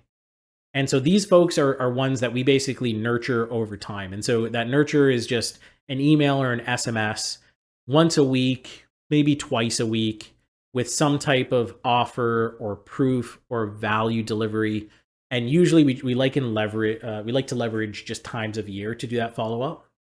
So if it was like Labor Day or coming up on Labor Day, we'd say something like, hey, we're trying something out new for Labor Day that could book you up entirely for October. Let me know if you'd like to learn more. Like, that's as simple as our messaging would get. But it could also be much more complex, and we say like, hey, look at John. Have you met John? John did 41 appointments last month and closed $100,000 in sales. If you want to be like John next month, reply back and we'll book a call. I mean, anything in between, right? But you're basically emailing them quote unquote new offers and services. Really, it's just the same core offer, rephrased, different angle, stuff like that, over and over and over again. So here's what it really looks like, right? So we have a mentee's roofing agency. He has over 2,000 roofers in his lead bucket. These are folks who've come from email, come from ads. They at one point or another said, yes, I'm interested. And somewhere in the sales process, they dropped off. He sent one new offer with our new structure that we gave him. Super easy to fulfill service, just a reactivation campaign, but with a different type of angle. And he did $11,000 in new sales from one offer out. And that was basically all profit. There's no cost to fulfill here because the clients are paying for everything. That's why this lead bucket and follow-up is just so meaningful. Like, I mean, this isn't a $2 million a year roofing agency. This is small enough that $11,000 is basically doubling up his monthly profit, right? So it can add a lot of volume really quickly as you increase your follow-up and as you continue that process. All right. So last step. Like I said, I'm not going to go crazy into depth on these further steps because most of you have to actually start first. And I'm happy to go deep on all this stuff, including follow-up and everything, if you guys ask for it. So if you really want it, you're at that stage, ask for it below. I'll go deep. Step 5, scaling. So how to scale way beyond where you're at, past your first 5-6 clients. Like I said, I'm not going to go crazy in depth here. And based on interest, I'll go way deeper. But as you start scaling, the biggest element of scale is team building. It's getting the right team members that have the right experience, that can fill in gaps for you to be able to scale more effectively, deliver better results, everything along those lines, right?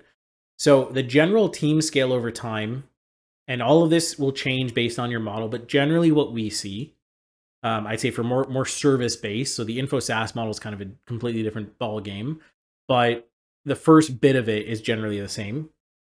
Normally, your first sale is hire is sales.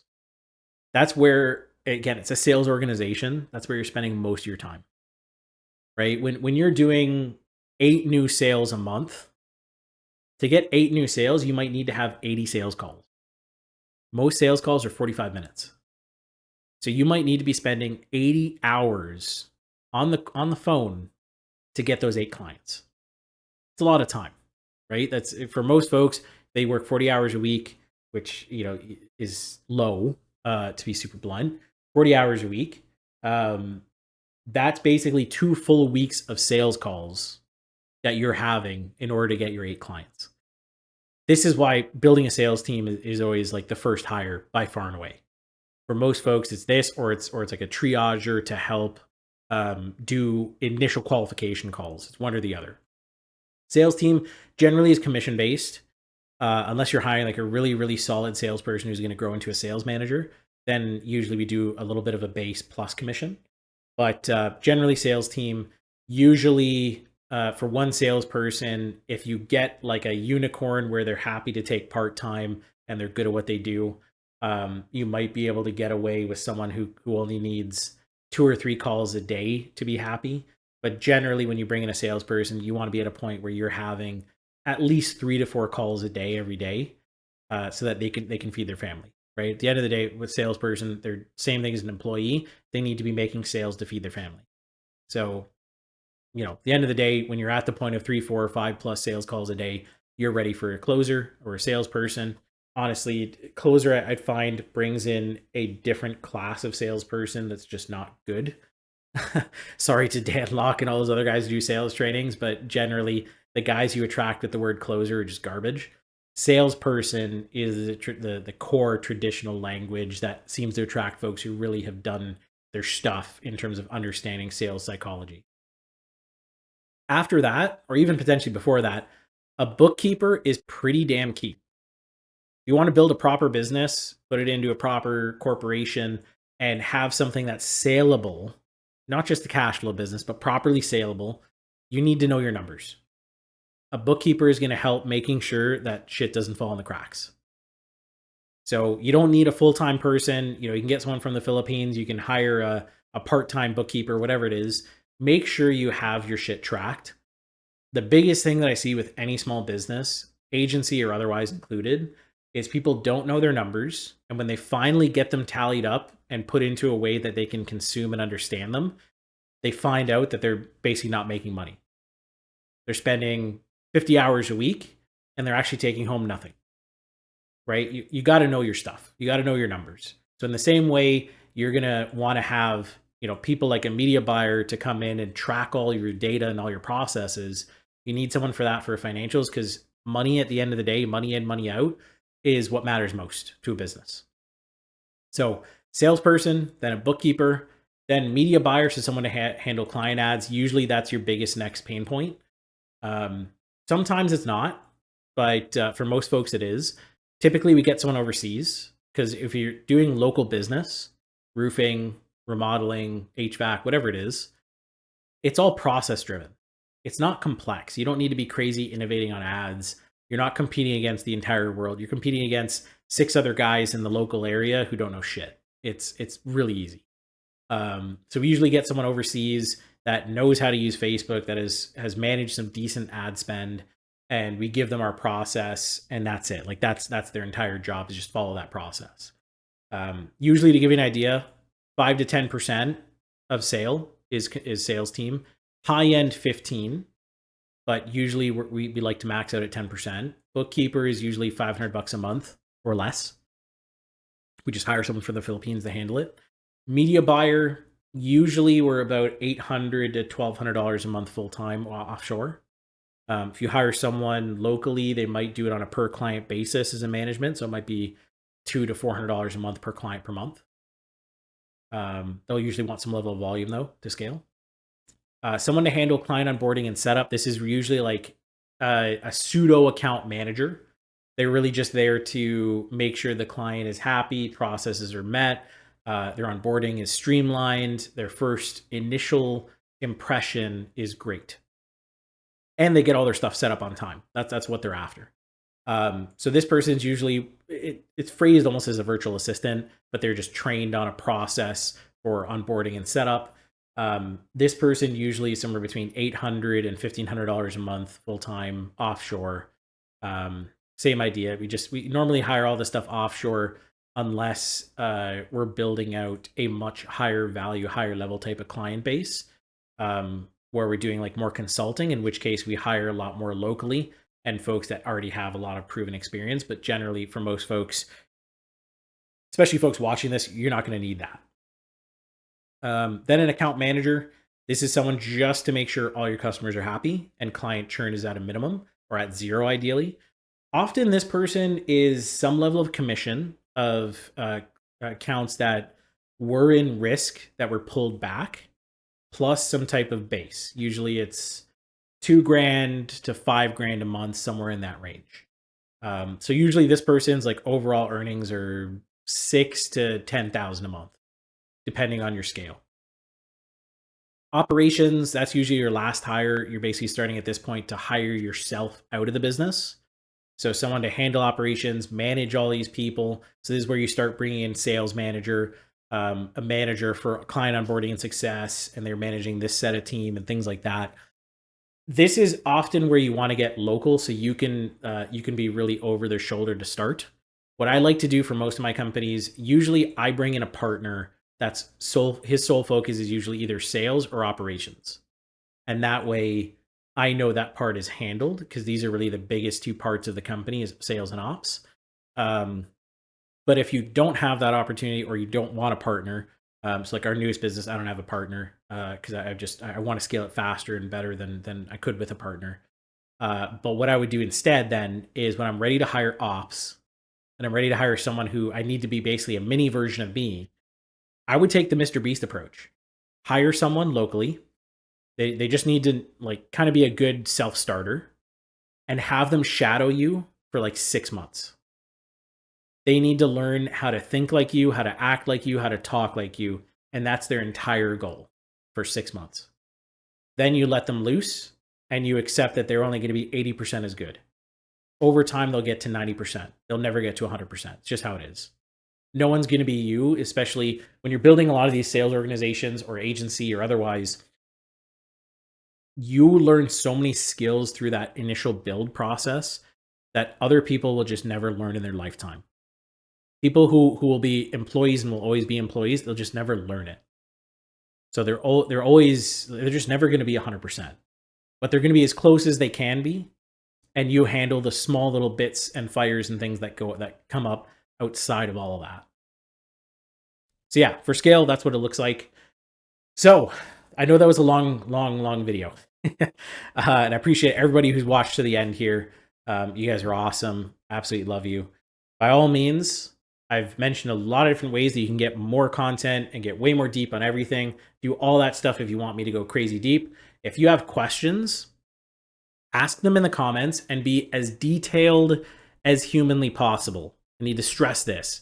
Be as detailed as humanly possible. As much detail as you can give me. And I will make follow-up videos answering those questions. But if you're not detailed, I can't give you a good answer. Right? I need to understand what you're asking to give you the right answer. So be as detailed as possible. I'll happily make follow-up videos. I'll make deep level videos, way more videos just like this, to go as deep as I possibly can on every single aspect that you need to be successful. Because at the end of the day, like I said, I don't have anything to sell you. I don't care if you buy stuff from me. I'm here to get you value. And that said, if you do want to work with my team to implement this and scale your own agency, there is a link down below. This is not info. This is pure implementation focus. If you want our help on implementation, there's a link below to learn more. If you don't want our help on implementation, I don't care either way, right? I'm here to give you value, like I said. So ask those questions. Let me know how I can serve you best. Appreciate you watching the video. Subscribe.